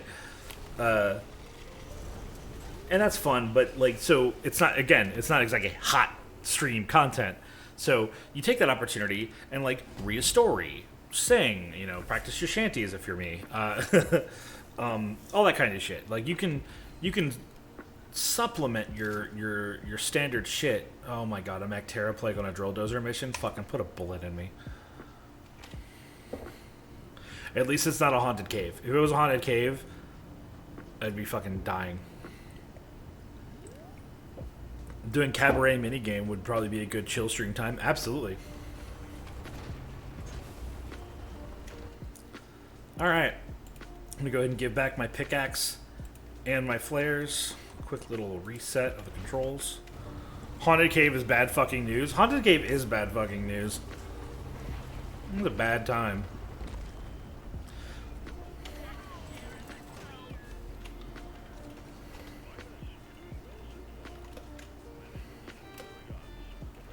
But yeah, I just want to put that modded DRG topic to bed since we've kind of moved on. Soggy, I really appreciate you like speaking your perspective. I know that it can be like really nerve-wracking for some folks to speak their mind in a stream chat, especially if they think that their perspective is the minority.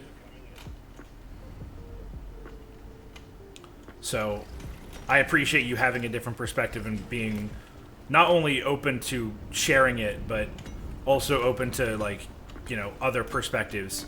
One of the chats in my stream, one of the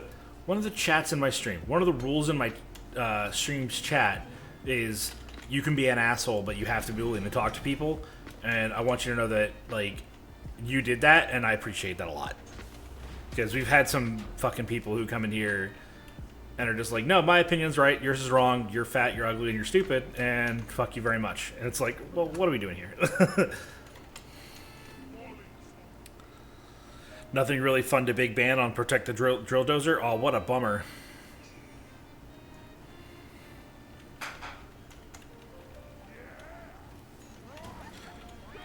I'm reinstalling now just to see what I have access to. I used to play this a lot a few years ago. Gotcha with them. If you haven't played this in a few years, and there's a lot of new shit, I'm sure, Lex. Barbarian, thank you for the 50 bits, my guy. Cheers. Every little bit of gold helps the mountain horde grow, and I will use this money to improve the stream. I promise you. Doretta, where are we going, hun? What are we doing here?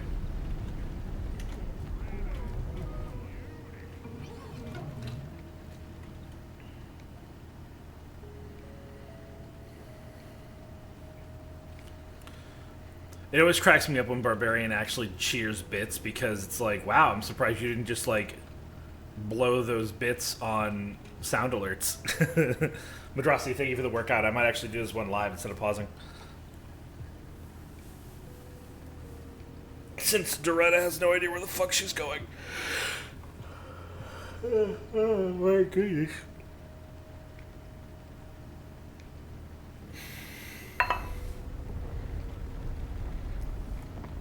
Mission Control managed to drop Doretta facing the wrong way. That was impressive. You don't see that very often.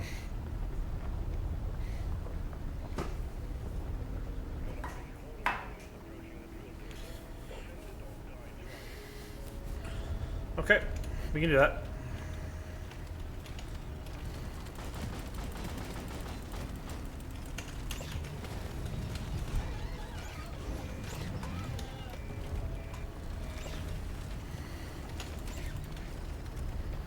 I'm at 25 bits.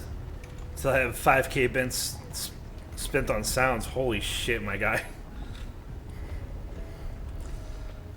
I really appreciate it.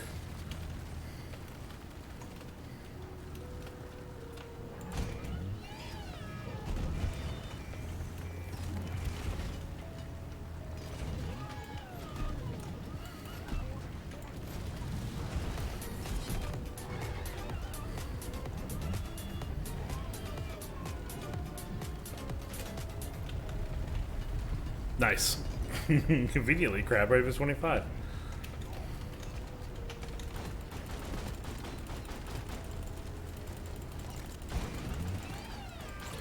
By the way, I'm always looking for more sound alert ideas, so if you guys have any ideas, oh, I am out of ammunition.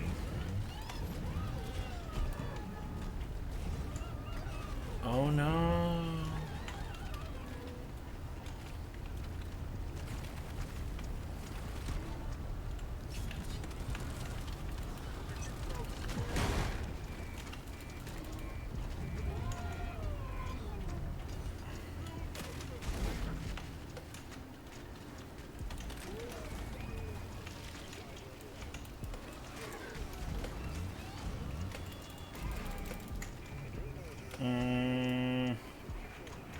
Stop.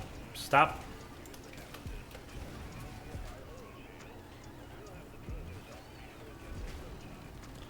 These cactuses are both very helpful right now and also really shitty right now. How about in-game sounds that can make you paranoid about monsters nearby? Yeah, I've contemplated trying to figure out how to isolate a Glyphid Menace's scream, because the Glyphid Menace in this game has a very distinct scream to it. And I kind of want to get it, but I can't find the sound bite isolated anywhere. And if I don't run it isolated like that, then it's not gonna work. Think you can pull it straight from the files? You know, I legitimately never considered just going into the game files and finding that. So, you know, big brain shit.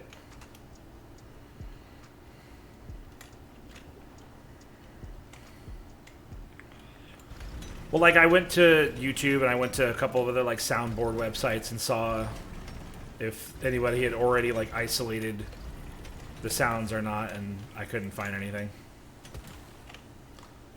And by that, to be super duper clear, I looked for about 5 minutes and gave up.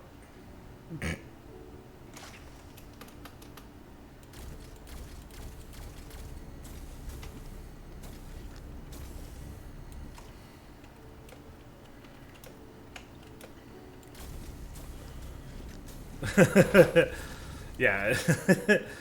Don't let me paint myself as a fucking maverick here. Like, I put in effort, but not with a capital E.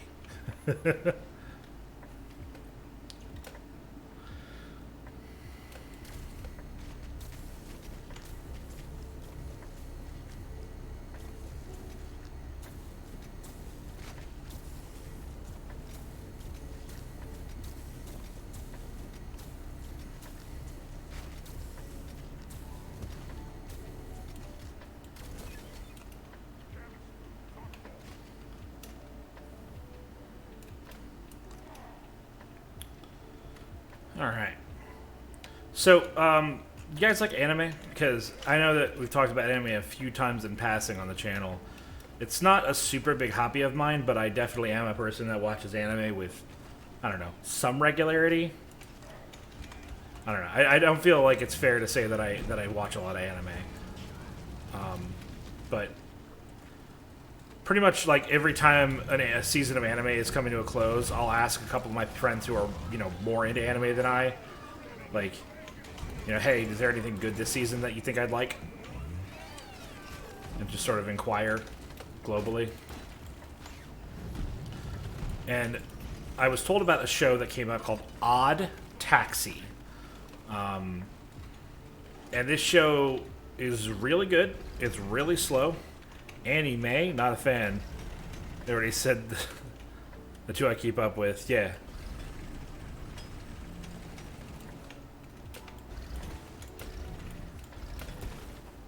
There we go. But yeah, Odd Taxi is really good. I really the trouble with it is that I can't really tell you guys very much or I'll spoil shit. And that's not like an indictment on me not being able to talk about something without ruining it for people, but it's more of the show is like a noir in a lot of ways. So there's like a lot of details that you really need to perceive and hear for yourself the first time, or it could really cloud your judgment. So when I say that I think it's a really good show and you deserve to watch the 13 episodes of it that there are. If you're looking for something to watch, take my word on it and give it a try. It's really good. Just checked. I fully upgraded NG. Nice. Would you rather fight a chicken every single time you get into your car, or fight an orangutan once a year and you get a sword? Probably a chicken, because that's free food, and I'm not scared of butchering my food. Coupled with the fact that an orangutan, even if I had a sword, skittish, orangutans are strong. They're really strong, like really, really, really strong. So the idea of having to fight an orangutan once a year, on the one end, I'd argue actually, I could become a very fit man, because I would have to survive, I'd have to push myself to be able to kill an orangutan once a year. Yeah, exactly, Soggy Socks. Even smaller primates, apes, have the strength that goes beyond average human. Now, granted, I have a sword, and I actually am, hilariously enough, somewhat trained with swords. But, yeah. I think that at best, it would be almost a coin flip to whether or not I survive each year. And even if I was like a traditional person who, used my car every single day, I would still rather murder a chicken every single day than have to murder an orangutan once a year. You'd rather have an axe to fight an orangutan? I'd rather have a gun or a crossbow. Getting close to orangutans is a fucking recipe for getting your ass kicked.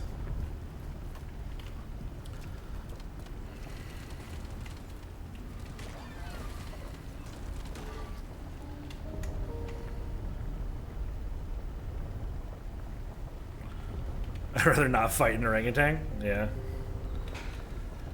Now, like, if you said something like, would you fight an orangutan for $1 million with a sword? Yeah, I would do that. I would do that 100%. But, like, just to live? Nah, I'll take the chicken. You know what would be cool? Being friends with one? I suppose. I don't know. Orangutans are really smart and stuff, but they're kind of fucking, I don't know, apes. Just don't know what kind of quality conversationalist they would be in the long run.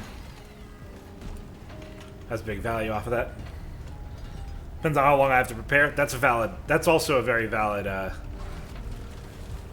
criticism, because I feel like if it was a year from today I had to fight my first orangutan, or if it was like tomorrow to start the year I had to fight one, would be a very big factor in my answer for that question.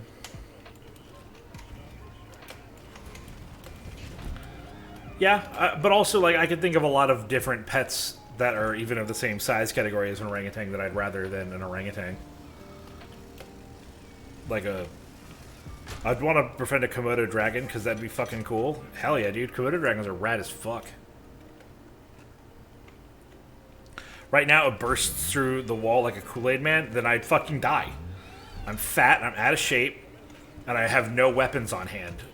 Except for, like, my chutzpah, you know what I mean? Like, I'd be super fucked if I had to just fight an orangutan right now.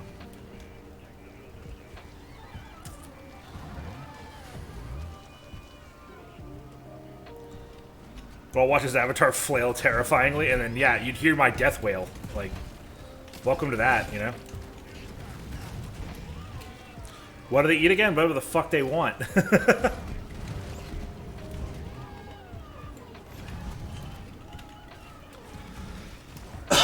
Excuse me. We're gonna lose a section of this. No, we're good. We're fine. It's all good. Lex, I saw that question. I'll answer it in just a second. I'm under a smidge of distress. But yeah, Kess, orangutans are primarily, like, opportunistic eaters, because they're very lazy animals. Like, cardio's not their thing, but they are also very much omnivores. Like, they will fucking eat what they can get, gladly.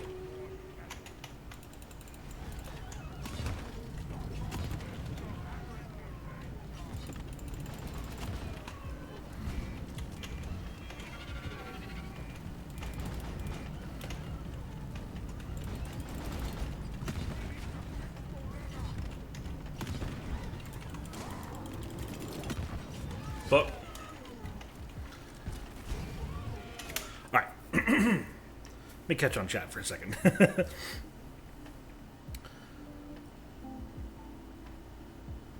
Dan, can't have running loose on my fridge. Exactly.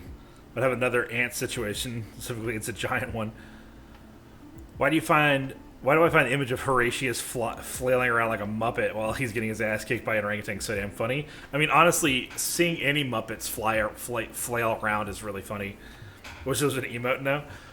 So you guys know the Elmo like in like the Room of Fire. We could get that. Just me. That'd be fun. What's my mic setup? So Lex, I use a Audio Technica 2020 with a Scarlett Solo Focusrite audio interface. The Audio Technica is an XLR microphone. I'm going to say this, and I need you guys to understand that I'm not trying to be an asshole to you guys. There's a video, and I recommend it often. In fact, I haven't recommended it in a while, so I'm going to pull it up right the fuck now. And I'm going to link it in chat. And if you want to make money with your voice, I need you to watch this video. I need you to watch it, okay? It's very important.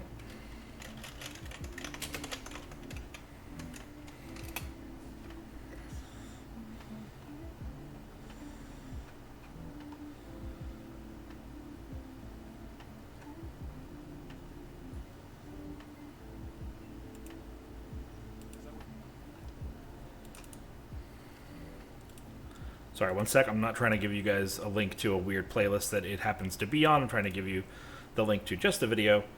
Although you should check out the playlist of this video of the series of videos that it is, which was a really sloppy way of saying that, but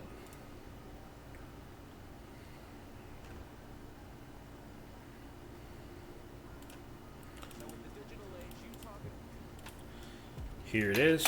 There you go. Watch that video. Download what it has to say. It's very fucking good. The guy's a cheeky fucking sassafras, so, like, deal with that, but what he has to say is very good.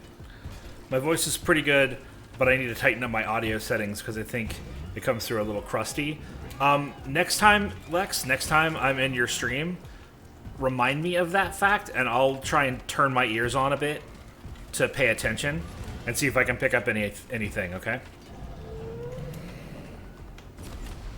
Because normally when I listen to people's streams, I don't like really think about it too much. I've got a Blue Yeti Snowball, then you need to watch that video and be prepared for him to hurt your feelings. I guess actually the Snowball's not bad. That's true. Sorry, I misspoke. He's very critical of the Blue Yeti, and also I am as well.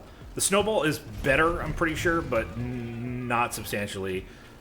Blue makes quality products, but the lower end stuff is like really affordable, but it's not very effective. My mic causes buzzing noises every time I say something in a recording, which I'm not sure if that's the USB cable.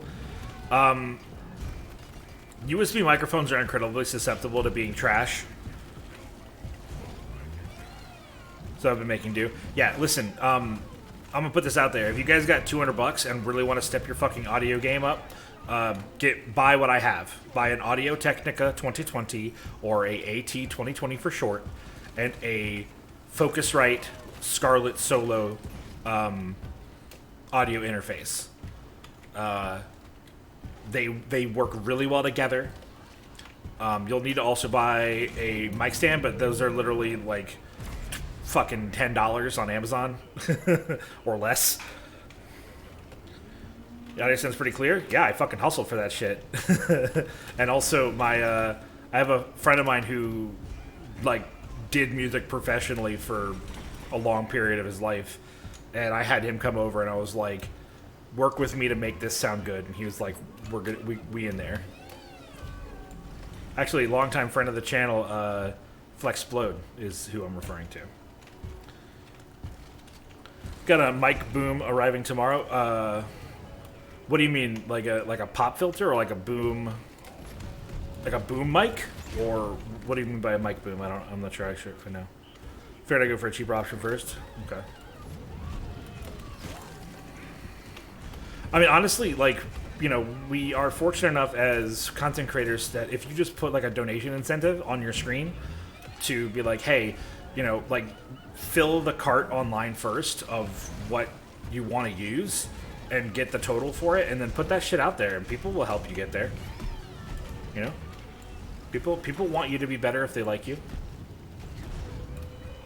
That's a not super genuine way of putting that, but hopefully you guys know what I mean. I'm killing bugs. My eloquence is going to suffer a little.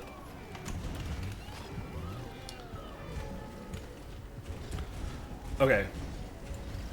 Oh, an arm to mount the dang thing on. Gotcha. The snowball's just sitting on my desk. Yeah, and you definitely don't want your mic to just sit on your desk, because every time you bump it, or every time you, like, do anything, it's going to make this horrible... cover your ears if you don't like loud noises. It's going to make a horrible noise like... And that shit sucks.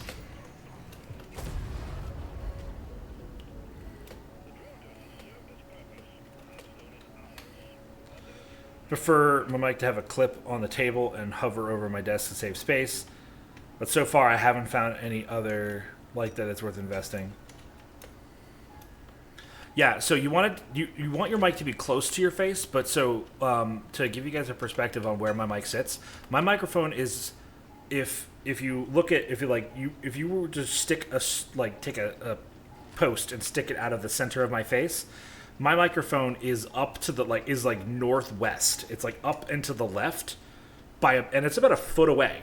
So I'm not talking anywhere near at my microphone. And the reason for that, and the video that I linked goes over that, the reason for that is because if you speak directly at your microphone, you will pop your P's and T's with some regularity.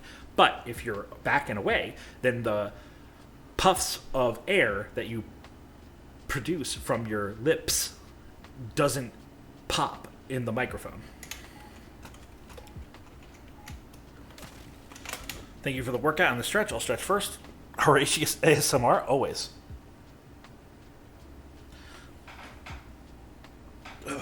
Oh, my arm's just freaked out. Had the problem with your S's? Yeah. Tend to whistle them slightly? Yeah, you definitely, if that's the case, you want to either put your microphone up and like to the side from your mouth or above. Honestly, what you'll find is kind of super goofy. Most people, when they speak, tend to tilt their face and head in a particular direction, and the airflow that flies out of their mouth while they're talking goes in a particular direction. So something that you can do is pull up like a sheet of something to read, and then hold your arm or your hand in front of your mouth, but not on it. So like maybe a good few inches away, just like hold your hand up and then read out loud that what you're focusing on. And then when you're done, feel where in your hand is the warmest, and that can sort of lend to you how your mouth shapes tend to push your breath out of your mouth when you're talking.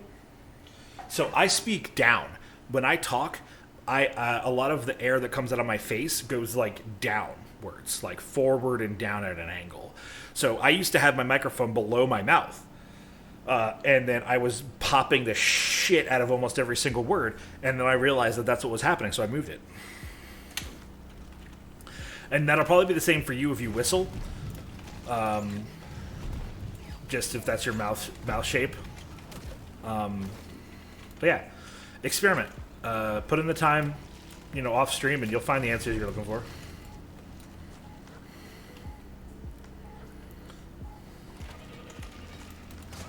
Oops, big whiffs.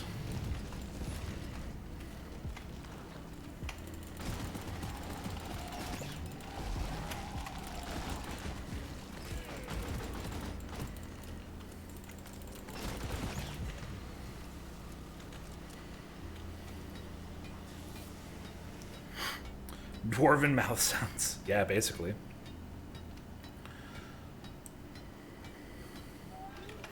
Rockin' Stone General. Welcome to the Mountain Home. It's good to have you. Thanks for popping by. How are you today? Guys, if you don't know who General Zunia is, please check them out. They are incredibly entertaining and almost always play Apex Legends. They're very fun. Also, General, I wanted to apologize to you directly for how I may have come off in your chat the other day. I'm not, but General is fond of Apex. Hey, Zunia? Yeah. Listen, this is... Alright, so I'm going to finish this apology, and then I'm going to put something out there that I think is really, really funny about a lot of the people that I see in my stream often. I'm running on 2 hours of sleep at the moment. I'm ready to murder everyone. Alright, well, here, let me offer myself up as a pariah and as a sacrificial lamb. I hope I didn't come off as crude when I commented about your voice from the other stream, where you had, from my awareness, a very different diction in your speaking pattern. I meant it as a compliment. You sounded very, very nice. Not that you don't sound nice normally, but it was just a very different voice that I didn't really expect from you. So I hope that that is kosher and taken as the compliment that it's meant and not as the insult that it could be.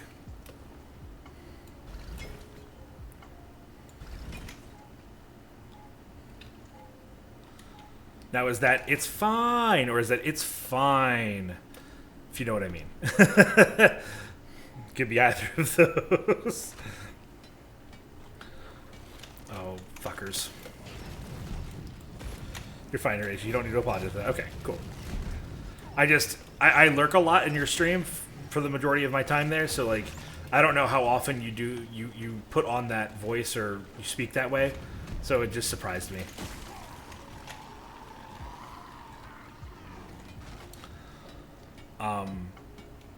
So, sorry, something that I noted earlier is I was generally confused as to what you were apologizing for. Gotcha. Well, there you go. Now you understand.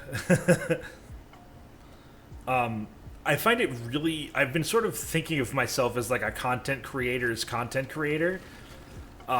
Because almost... Like, I'd say the majority of the people that come to my streams seem to be other content creators. And I think that it... Okay. Obviously, I have more traditional people in my audience, you know, who don't do content creation themselves and do all kinds of other shit. And those people are super valid. Molly? Oh, Molly's stuck. It cracks me up how often I see people that follow me on Twitter or, like, names that I see in chat are just people that have way bigger... Thank you for apologizing, though. I love you and support you, Horatius. Oh my goodness, thank you so much, General. It means a ton. I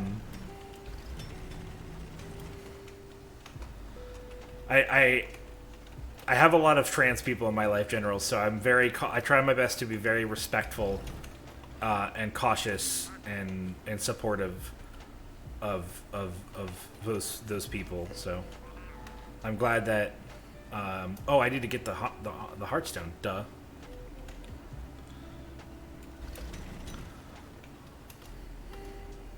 Anyway, so yeah, people that follow me that have like way bigger audiences than me, I feel like I'm alluring to them,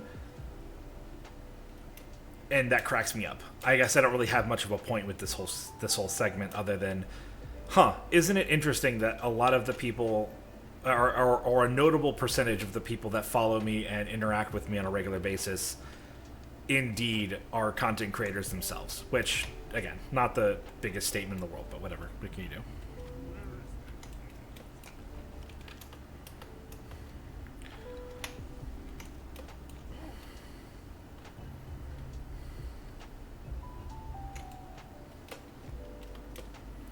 Alright, let's get this big fucking basketball out of here.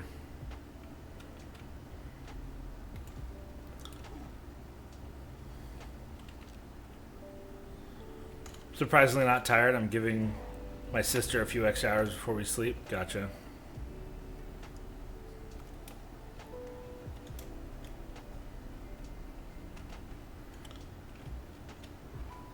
Oh, okay. Before you play Apex. I was confused by what you meant there, but I'm glad that you explained. Sleep is for the weak. Yeah. Molly. Molly. Thank you.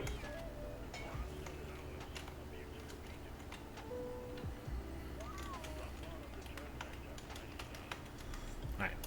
Gonna be transitioning here into the third stage. Came for the cool dwarf model, but stayed for the comfy hours of the good old Horatius. Listen, like, Kess, I'm telling you, I tell everybody this, I tell you once, I tell you 1,000 times.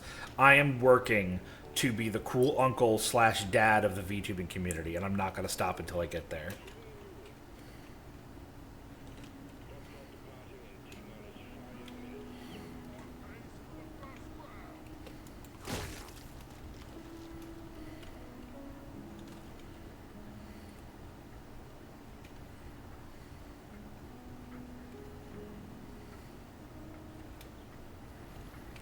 Molly is unstuck? No. So it looks like I'll be defending the drop pod for 3 minutes, for 4 minutes.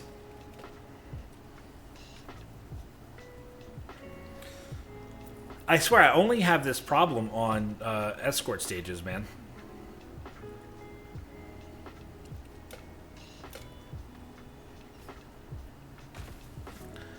It's like something in Molly and Doretta's pathing, if they overlap, it fucks Molly up.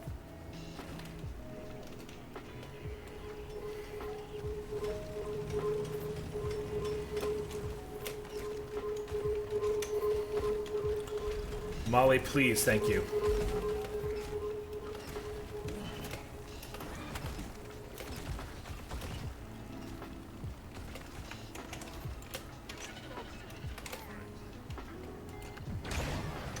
Get fucked, idiots.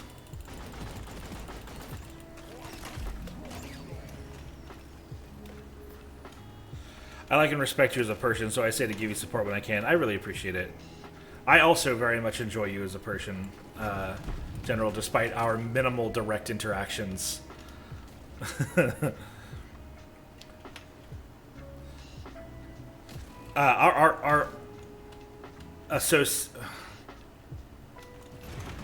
Our interactions at this point sort of remind me of, like, the sensation of someone that you go to university with, but you don't actually share any classes with. But, like, for a whole semester, you pass them in the hall while you both transition to different classes. You're just like, oh, hey, that's that person that I, like, see every day, and they seem really nice. This is why we can't let robots feel they have choices. Silver, welcome to the stream. Thank you for the stretch. I'll do it right now.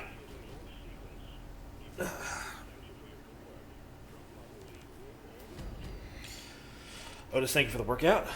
Another blank matrix core. I just hope I didn't come off as an asshole when I played Hunt the other day. Oh, no, not at all, my guy. No. Not in the slightest. You were great.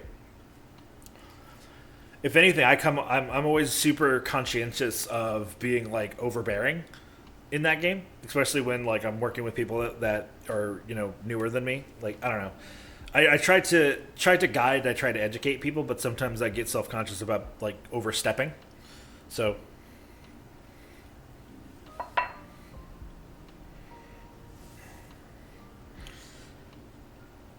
can be hard to handle, yeah. Oh, you can be hard to handle? Who cares? Anything difficult is something that can be worth doing. Oh, Liquid Morkite, collect 2 eggs, and you got a big band for me, Barbarian? You know what? Fuck this. I'm gonna go pee. You get that big band together. And I'll be right back.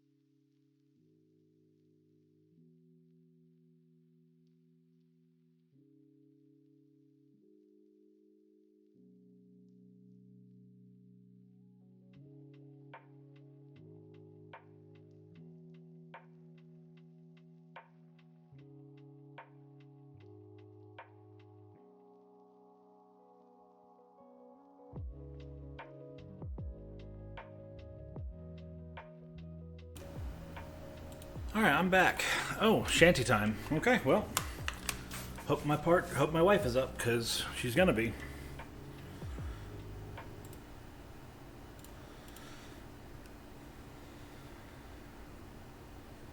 Let's take a look. You did great, by the way. I didn't know most of the stuff you talked about, so it was very appreciated. Oh, wonderful. I'm glad that you appreciated it. Thanks for setting that fear of mine at rest. Drill, it seems that the packing Boscos didn't pack the right pipes. I feel like intern Steve is to blame, but I can't prove it. Anyway, it looks like you have only 5 meter pipes. Alright. So the pipes for the stage I'll only have 5 meters to place. So that's fine.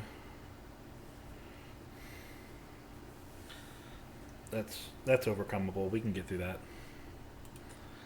Provided, of course, that the map generation is kind. Yeah, let's do this one. This is Rolling Down to Cuba. I don't know where this one is actually from.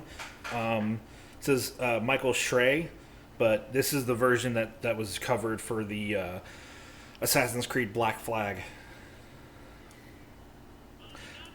Well, running down to Cuba with a load of sugar. Way me boys to Cuba.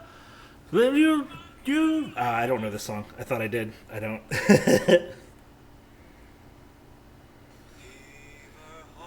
Oh yeah, let's do a Mongolay bass song. Heave her ho, boys, let her go, boys. Swing her head around into the weather. Heave her ho, boys, let her go, boys. Sailing homeward to Mingulay. What care we, white the menches? What care we, boys, of windy weather? For when we know that every inch is sailing homeward to Mingulay. Heave her ho, boys, let her go, boys. Swing her head round into the weather. Heave a ho, boys, let her go, boys. Sailing homeward to Mingulay. What waiting I the bank on, gazing seaward from the heather.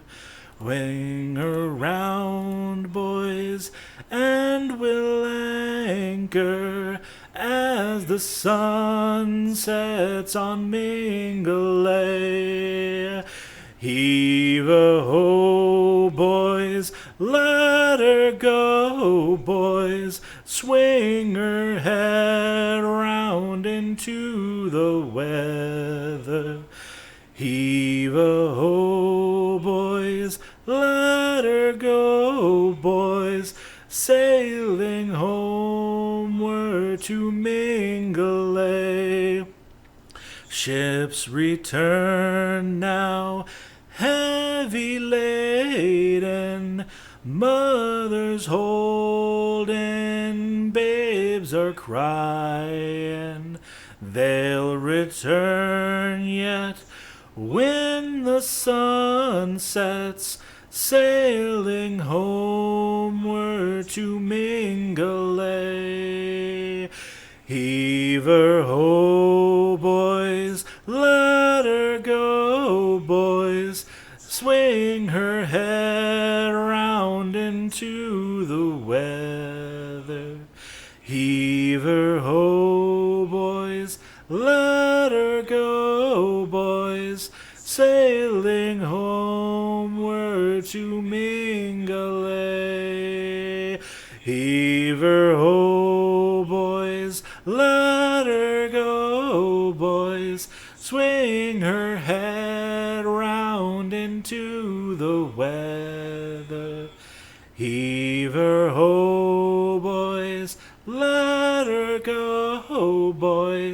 Swailing homeward to Minga Lay.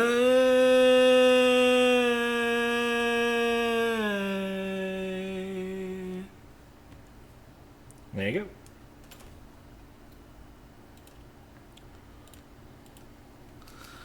You guys are too kind.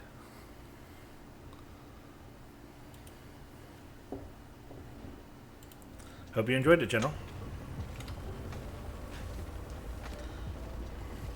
I forgot that the version of that song that I know has slightly different lyrics to the version that I pulled up, so like I kind of fumbled a few times there.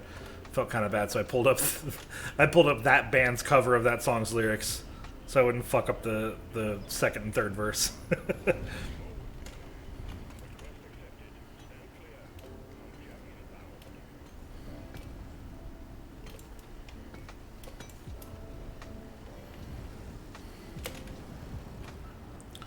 So far, incredibly generous map generation.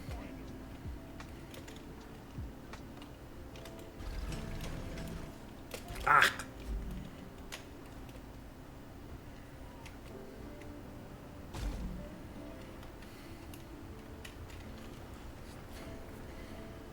What a Shanty? Yeah, that's the Mingley Bay song, which is a very funny, has a very funny story that I heard recently.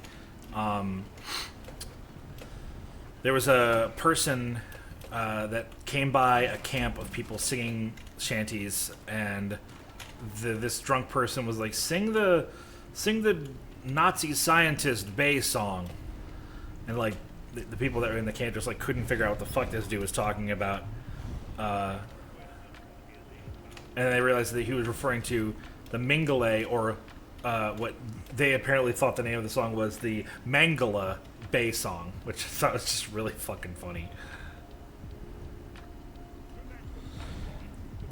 It's generous now because they'll kick your ass later? Probably. And that's how life goes, isn't it? Yeah, it's a big old yikesy, but I thought it was fucking hilarious. This drunk idiot just could not, like, parse the difference. Fucking 5-meter pipes. Bullshit.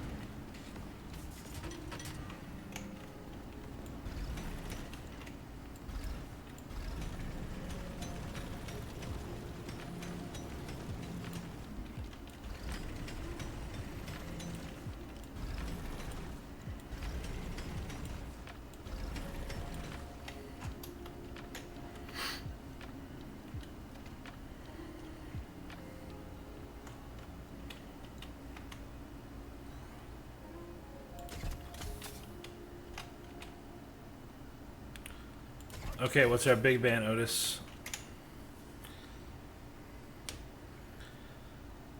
Now, big old important question for you, Horatius. Pixie or no Pixie? This is for the commission. If you know what, Kess, if you want to check my Twitter and check the picture of the red-haired, green-eyed lady that I posted earlier today. Oh no, we've unfueled your drills and now they've run dry. So no drills for the rest of the stage. Awesome. Check out that image and use that image as a baseline for the pixie that you wanted to make, because that's my partner, Willow.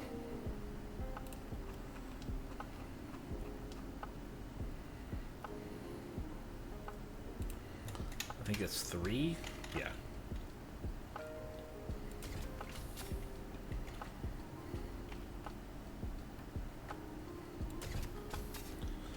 Which image again? Yeah, hold on.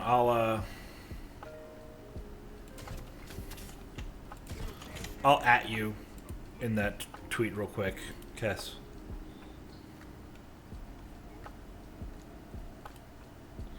Or you know what? Let me be smarter than that. Let me just message it to you directly, because we have the internet. Double big band, could it be? Yeah, this is fucking bad times.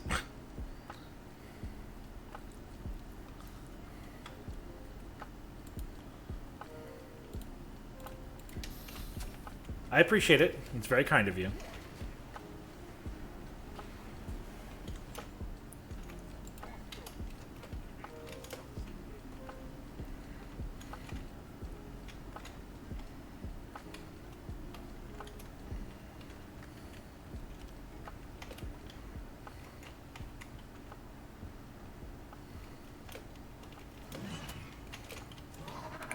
Oh, regenerating bugs? Are you fucking serious?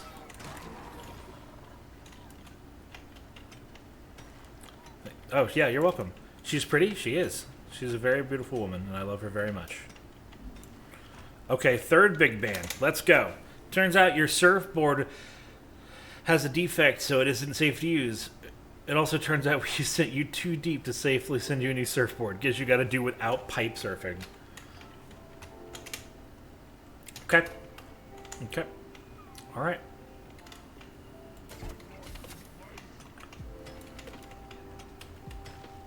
Wow.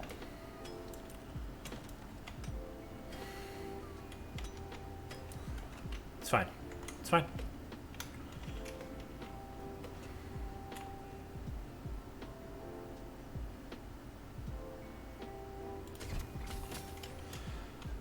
Now, to be clear, I can still walk on the pipes, right? I just can't, like, use the E key to surf on them? Is that a fair assessment, Silver?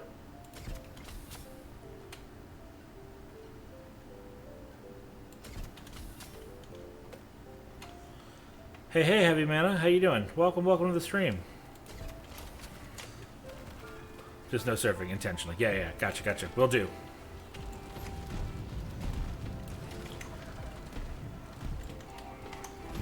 I would turn the key off to do that, but that's my full, like, interact key, and I'm gonna need to probably use that a couple of times.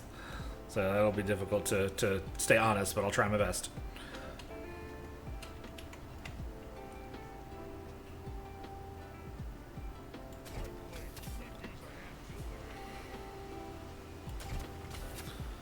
High danger zone? Yeah, I've had my drills taken away from me. I've had the ability to surf on these pipes taken away from me. And I cannot build pipe segments longer than 5 meters, which is about half of what's normally allowed. Normally you can build pipes up to 9 meters. Yeah, and regenerating bugs. So there's a lot going on. Thank you for the 300 bits, man. I deeply appreciate it. I will use every bit to make the stream better. Some bits for your suffering. And hey, it's content, baby.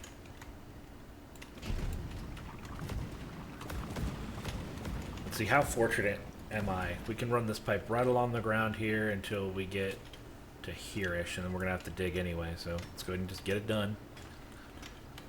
Now, the smart move that I'm going to need to do here is I'm going to need to make sure that I get the alien eggs before... yeah,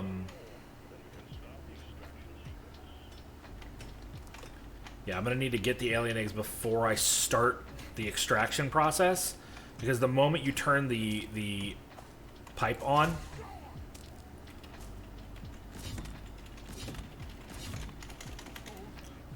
get out of the way, elevator plant. I've never noticed that plant makes a fucking death knell sound. I'm fucking terrified now. Corpo is being rude today. Yeah, well, that's Corpo's.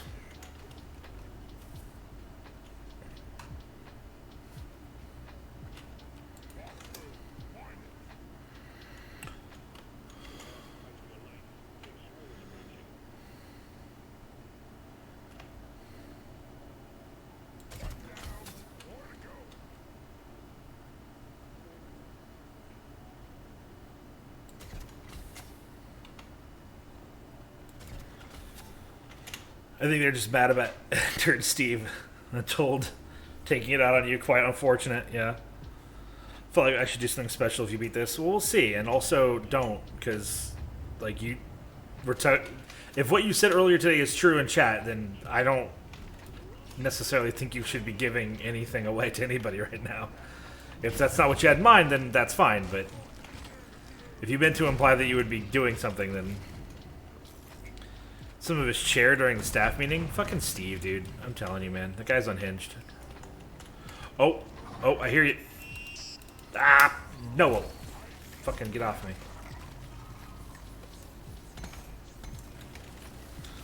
Tweeting about it or something. Okay. Maybe, you know, get some clips going. Tweet something. I don't know. I'll take free marketing.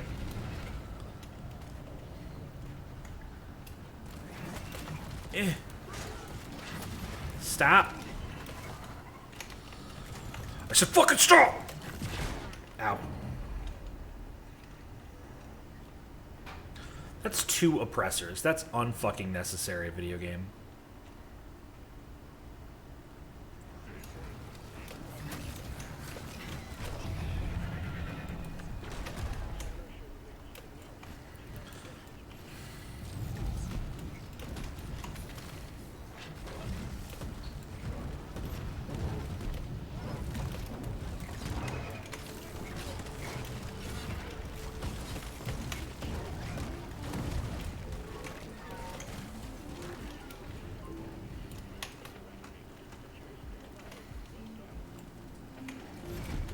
Fuck.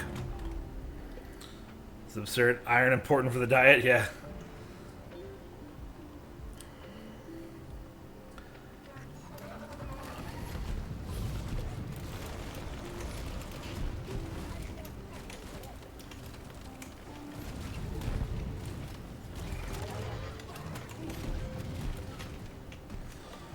I really need to not go down a 3rd time here. Cool.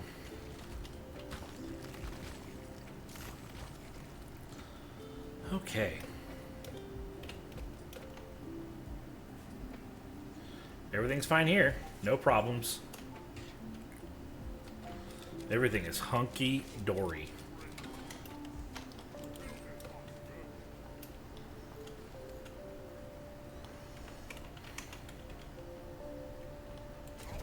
Nope.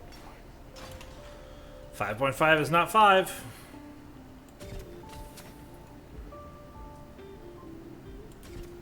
.1's not 5.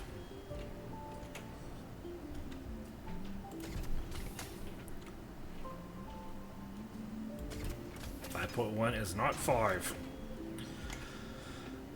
It's totally fine. I'm not upset.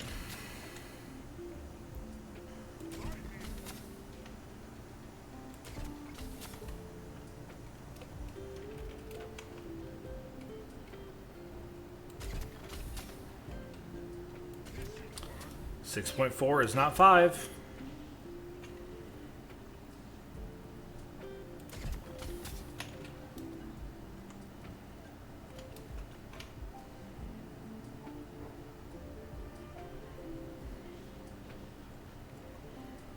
Please.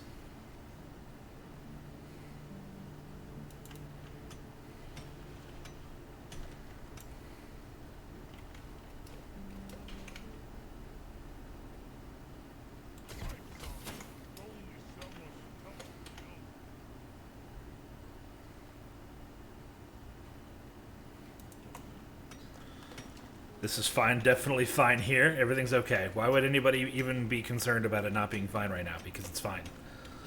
When someone asks if you're fine, you just want to say that you're fine, but you're not fine. You just don't want to get into it. Or however that quote goes. Adequately oppresses, he builds them.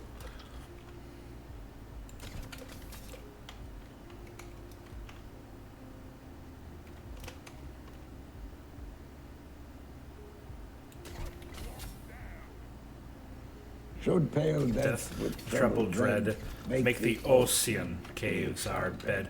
God, who hears the surges roll, deign to save the suppliant soul. Thank you for the sailor's prayer. It will be needed to get through this. Alright, we gotta find that other egg before we do this, or we're asking for trouble. It's over there somewhere. Alright.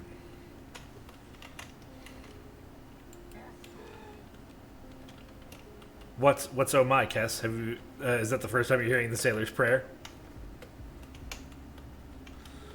Okay, Hora. Watch the entire video. Suggested lots of useful tips there. Yeah, he's a bit of a prick, but like I said, it's good stuff.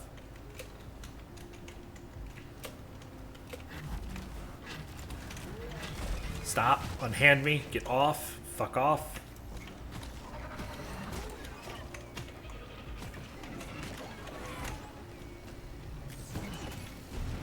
Nope, burn it all. I don't care anymore. Another oppressor. Fucking ill, dude.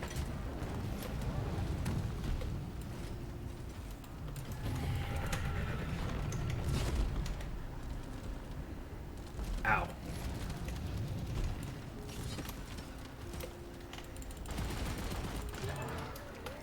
Okay. So it still gets you every time? Yeah, it's you don't expect it, you know?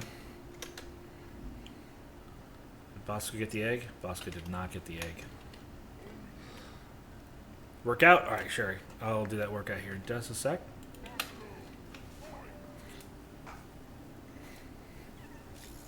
Oh, come on, man. Alright. Cracked my back while that torqued my stretches. It's awesome. The audio interface and the microphone are both easily within my purchasing grasp, but I think I'll hold off until I get more viewers under my belt. Smart. Absolutely smart. I owned these items, this hardware before I got into doing this because I used to record a D&D podcast.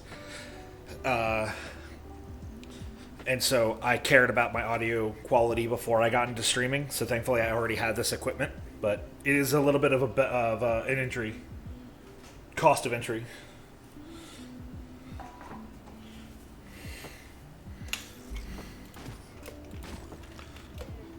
Sorry, Booby.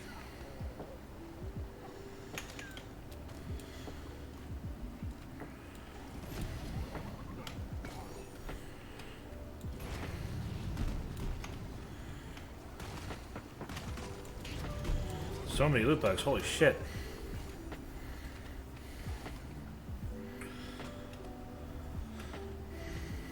Yeah, I would check what the prices are now because, you know, understanding the video that I linked is, what, fucking 6 years old?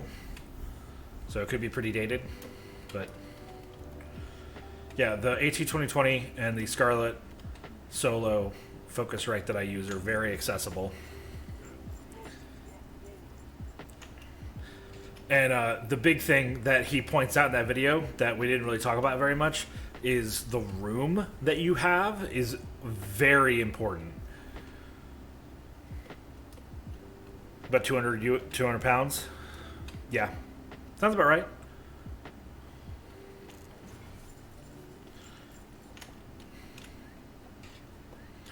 If I wanted Lex to leave, I could just be like, or if you mean 200 quid, isn't it?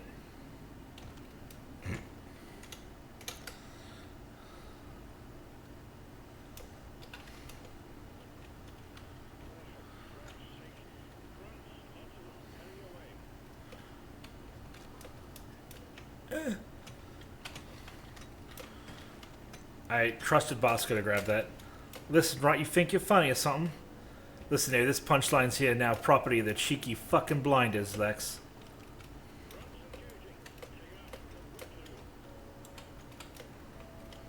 Oh no, oh no.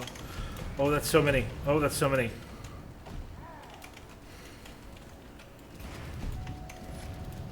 Damn Yanks.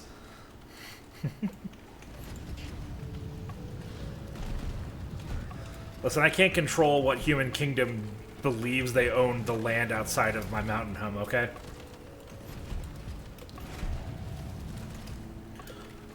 I remember when all of you humans used to speak Latin, a fine language.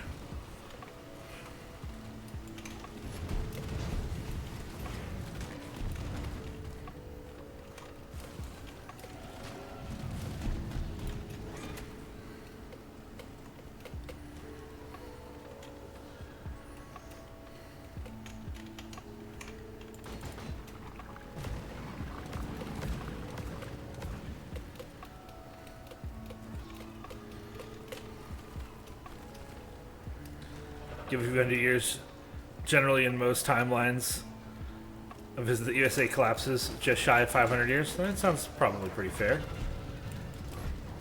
I mean, a 500-year-long Dwarven kingdom would be almost embarrassing, but, you know, humans, 500 years, that's not bad, right? That's like a couple of generations of them, isn't it? Hot takes on Pig Latin? I have no hot takes on Pig Latin. It is a silly, goofy, fun thing that humans do to glean entertainment out of the poor existence that is life. And so I don't shame them for it, but it's silly. Sometimes human speech confusion, yeah.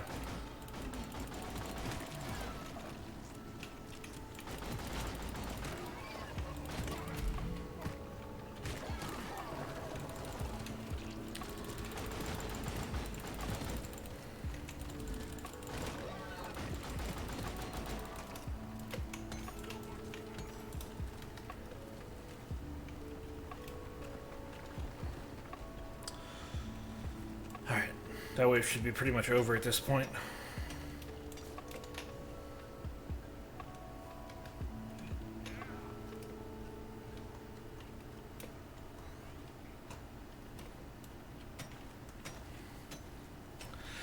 As a historian, I can affirm that 500 years for a human empire is not that long. Oh, it's not? Well.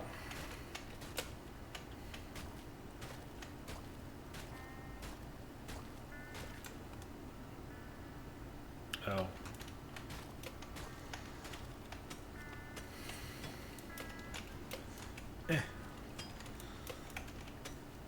When I hit the big 100. Oh.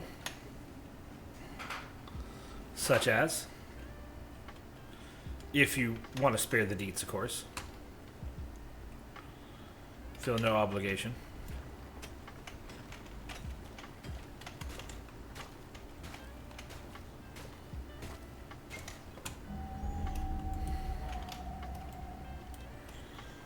Bit of a writer myself. I was thinking maybe audio booking some stuff I've written. Ooh.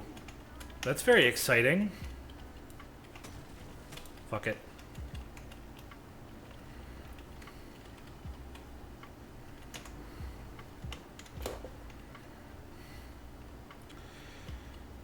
The big 1D hundy? Yeah, I assume that's for 100 Twitch followers.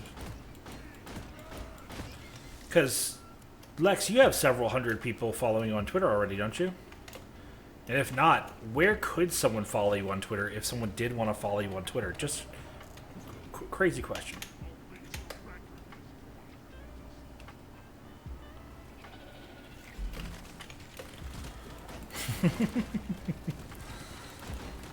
Lifespan cycle, but not an actual scale of human history. Gotcha. Sorry, there's things I'm still trying to put together. Belated morning, miners. It's still, you know, it's still morning where I am at least. So, you know, good job, Perry. How you doing, dear? I see Kibo's playing XCOM.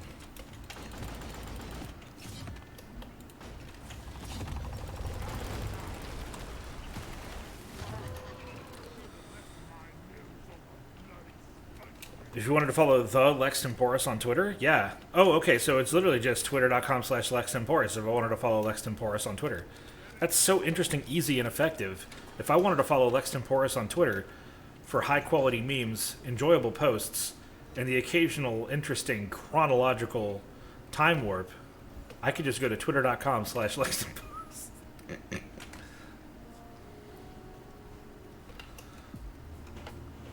Just come for running a few errands, ready to take the day and relax. Good, Perry. Good, good, good. I'm sleepy. I'll see. Take care, Heavy Mana Beast. You be well, all right? What do you just say you like the color red? My favorite colors are bronze. Copper is also really good, but any of the orange metallic colors, those are my favorite colors. Honestly, if you just look at me, like right now, this is a pretty good palette of me. Love orange, love gold, love brass. Brass is great too. Love brass. It's a little bit of a brighter color, but totally serviceable.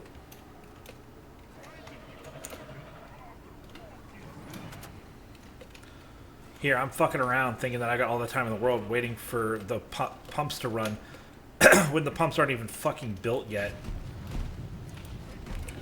Much less running. I'm trying to brick this run, I swear to you.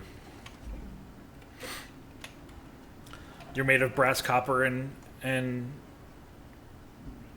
brass, copper, and bronze? Not surprising. They're great materials for all kinds of durable crafting.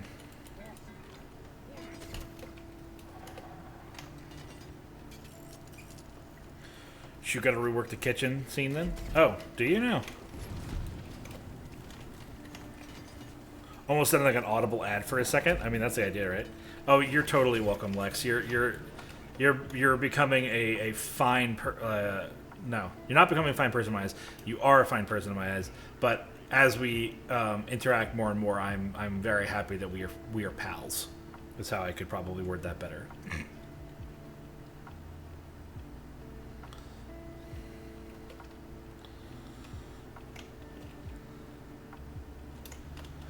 Start the refining process. Gonna take an indulgent second reload here.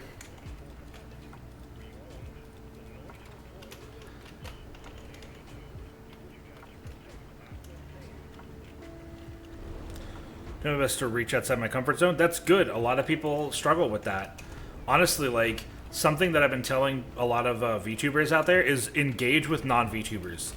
It seems weird and scary and you don't want to do that, but like, those are the people you should be engaging with. It's really easy and comfortable to stay in our little like zone where we all are the same in that we're all VTubers. But honestly, like, most of the time, like a solid 50% of the time when I go and I raid somebody, I try and raid non-VTubers to expand the purview of the people that not only come into the VTubing community by funneling people from non-VTubing community into the VTubing community, but also, you know, cross-pollination is not a bad thing. Also, I saw the workout and stretch. Stretch first. Let's see, the entire reason I got into this was to push myself into being more outgoing. That's awesome. The best reason to stream is to self-improve. So if you're streaming, or if you're making content, if you're self-improving, then I think you're doing it for a good reason.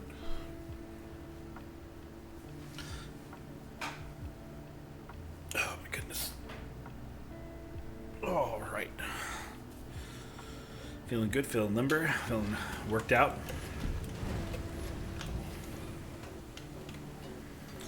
Never been about followers or whatever. Smart numbers are not gonna make you happy.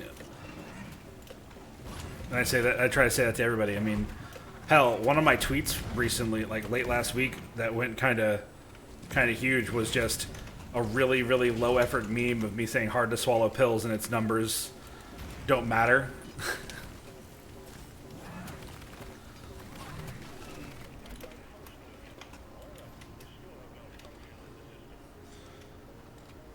When Nakasaminskian got together, I basically declared myself to be the least popular one because I just wanted to do this for my own personal reasons. Yeah.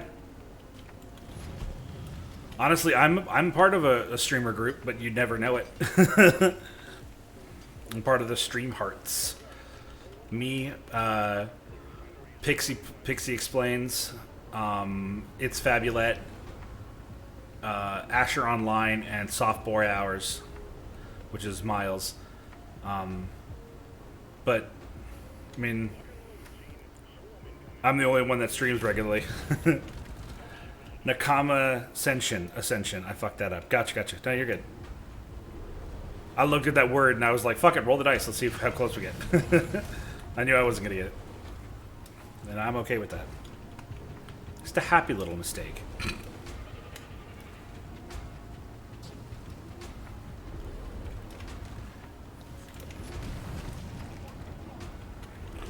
I heard it. Oppressor.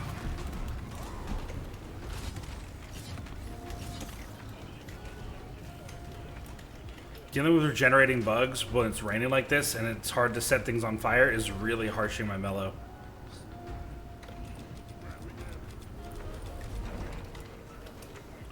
Shocker.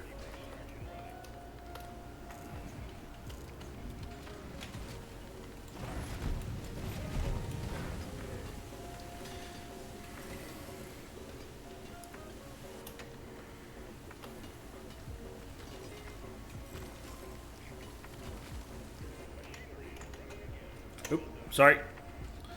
That moment Horatius evolves his beard, becomes brass, copper, and gold. I mean, there's plenty. I know plenty of dwarves who gild their beard to some extent or another, but I'm very au naturel. In the real world, I've never dyed my hair once, and I don't plan on changing my hair soon. Only the very first iteration of Horatius, the dwarf as you know him, had non-white hair. And that version had very simple brown hair. Is that a book detonator? Show is. What did iteration 1 look like? Yeah, hold on.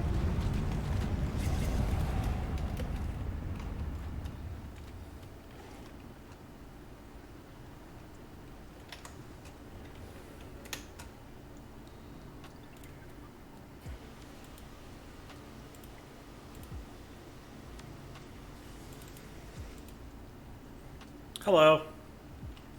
Oh, what do I have hands in this form? I do have hands in this form. Hello, everybody. It's old school Horatius. Who remembers this model? Fucking nobody does. But hey, at least this one has hands. You got old, huh? I always was old. Okay, so let me explain this model real quick. So when I got into VTubing, I don't ascribe to the whole debut bullshit. I don't like to, if I have something that's available, I immediately put it out. It's like, when these hands were ready, I didn't like say, oh, hey guys, if I get to, 500 followers on Twitch, then I'll have hands. Like, I don't play that game. I don't care. I respect you guys. And not that people that do debut shit don't respect their audience. Not saying that. But if I have something, I put it out there. I remember that one from when I first watched it. Yeah, now it's been a while, right? Oh, God, this beard looks so goofy. So the truth of this is, I ordered this from a Fiverr. It sounds really silly to me. I mean, that's the culture, I say if I raise enough money to get hands, and we were like, and within a week we had hands. You guys wanted it, and so here it is. Oh, I have look at that. I got claws. Look at that, little claws. Anyway, so I wanted to get into this, and I was like, let's do it. So I was like, I need a bottle, I need this, I need that, I need a few things. And so I made all that, and I found someone on Fiverr who was willing to make, models, as you can see, very high quality models. I'm not trying to talk shit. They did very, very good for the $35 that I paid. I paid $35 for this model. I think this is absolutely worth $35. But, I was like, I want to be a dwarf. And I gave them, some reference stuff, and I think they did totally fine considering the limitations and, the funds. I wouldn't expect someone to work, a 40-hour work week on this. That's not reasonable. So, yeah. This got made for $35. I started streaming with it for a long time, and then one of my co-stream hearts was like, hey, I fucking hate your model, and I want to make you a better model. Will you let me make you a better model? And I was like, yes. Or, hold on. Hands? Hands? Yeah. I was like, yes. So, can I do the little heart?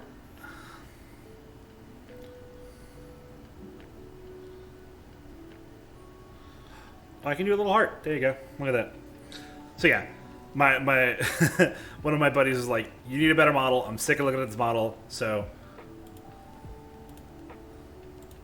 they made this, which is me. I mean, this is way more in vision of who this character is.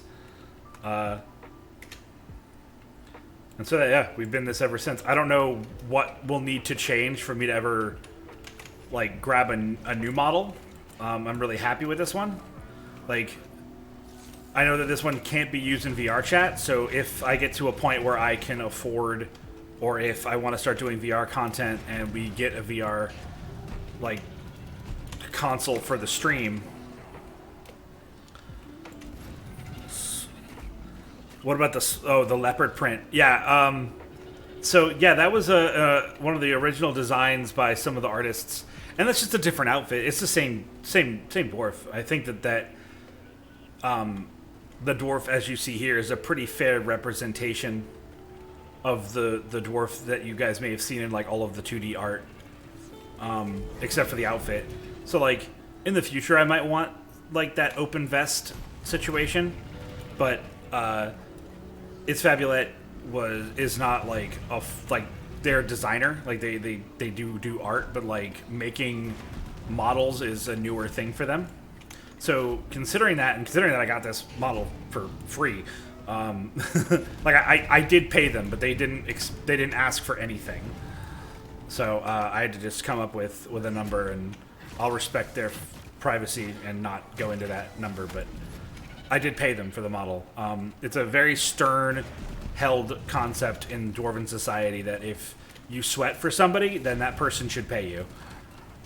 Sweat gets paid for. That's just how it goes. Swole Radius. Yeah, I mean, when and if I get enough money, or when and if this stream gets like that poppin', where I can rationalize the expenditure for probably close to $1,000 to spend on like a model that's more custom made, and maybe like, you know, created from the ground up in Blender and stuff like that, then yeah, we'll get a more perfectly fitting, you know, bigger belly, that actually like jiggles, which this one doesn't, which is fine. You know, with the correct outfit and everything, and you know, we'll bring that whole thing to light. Hey, where's the escape pod? Oh, it's right over there. Thank you. I was distracted by talking.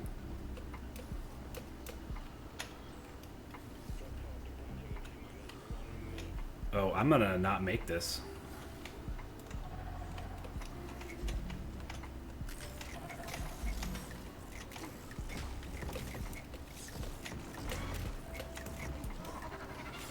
Sorry, I said Blender because I don't really know a whole lot about like the different avenues for that.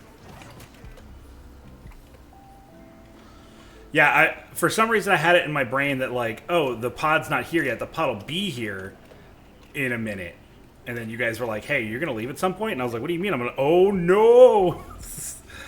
So I appreciate you guys keeping me on the level. You guys saved my life.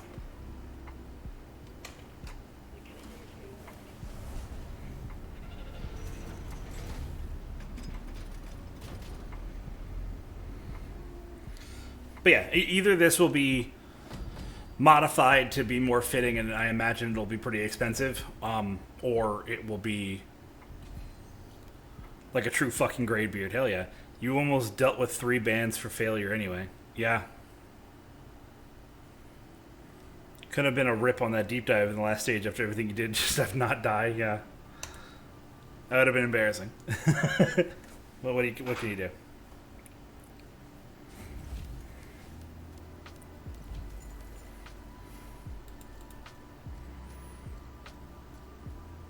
Well, that went well, all things considered.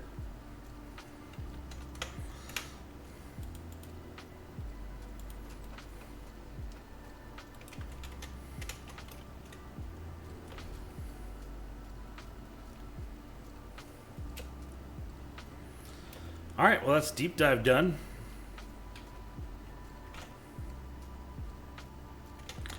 I'm actually interested to see what this spiky, neurotic mustache looks like for the engineer that I just got. I'm not sure I'm familiar with that one.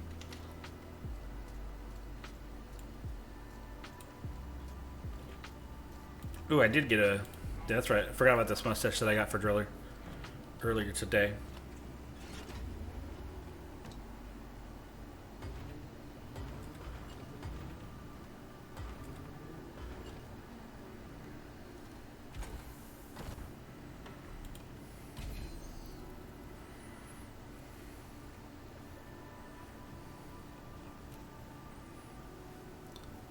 Pointed Noble. Spiky Neurotic. Oh, that's just the Eggman mustache. We kind of have to get that for engineer, right?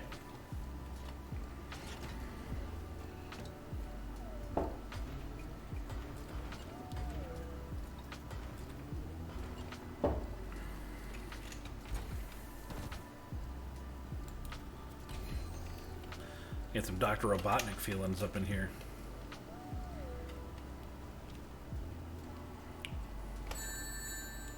Thank you.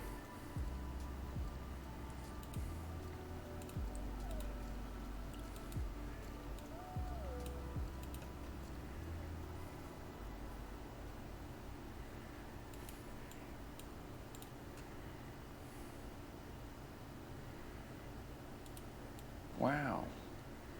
There you go. This is looking pretty good.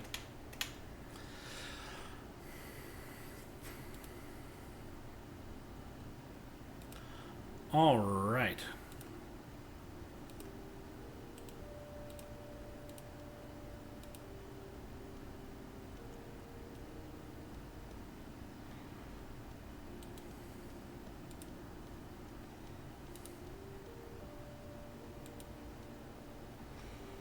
So, like I said, guys, we needed to end a little bit early today, and I think today is just right now is a really good time to do so. So I'm sorry about that, but we needed to cut this an hour early, short today because I need to go get my fingerprints done on my on my hands. Leap motion. Hands. Yeah, I got to go get my fingerprints done for this job offer that I got.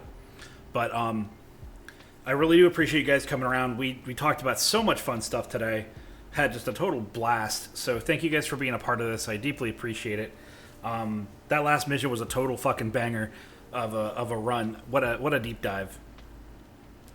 But yeah, I appreciate you guys. Tomorrow we'll be back at it with more Celasta Crown of the Magister, where we're right in front of the boss of the Necromancy Gem.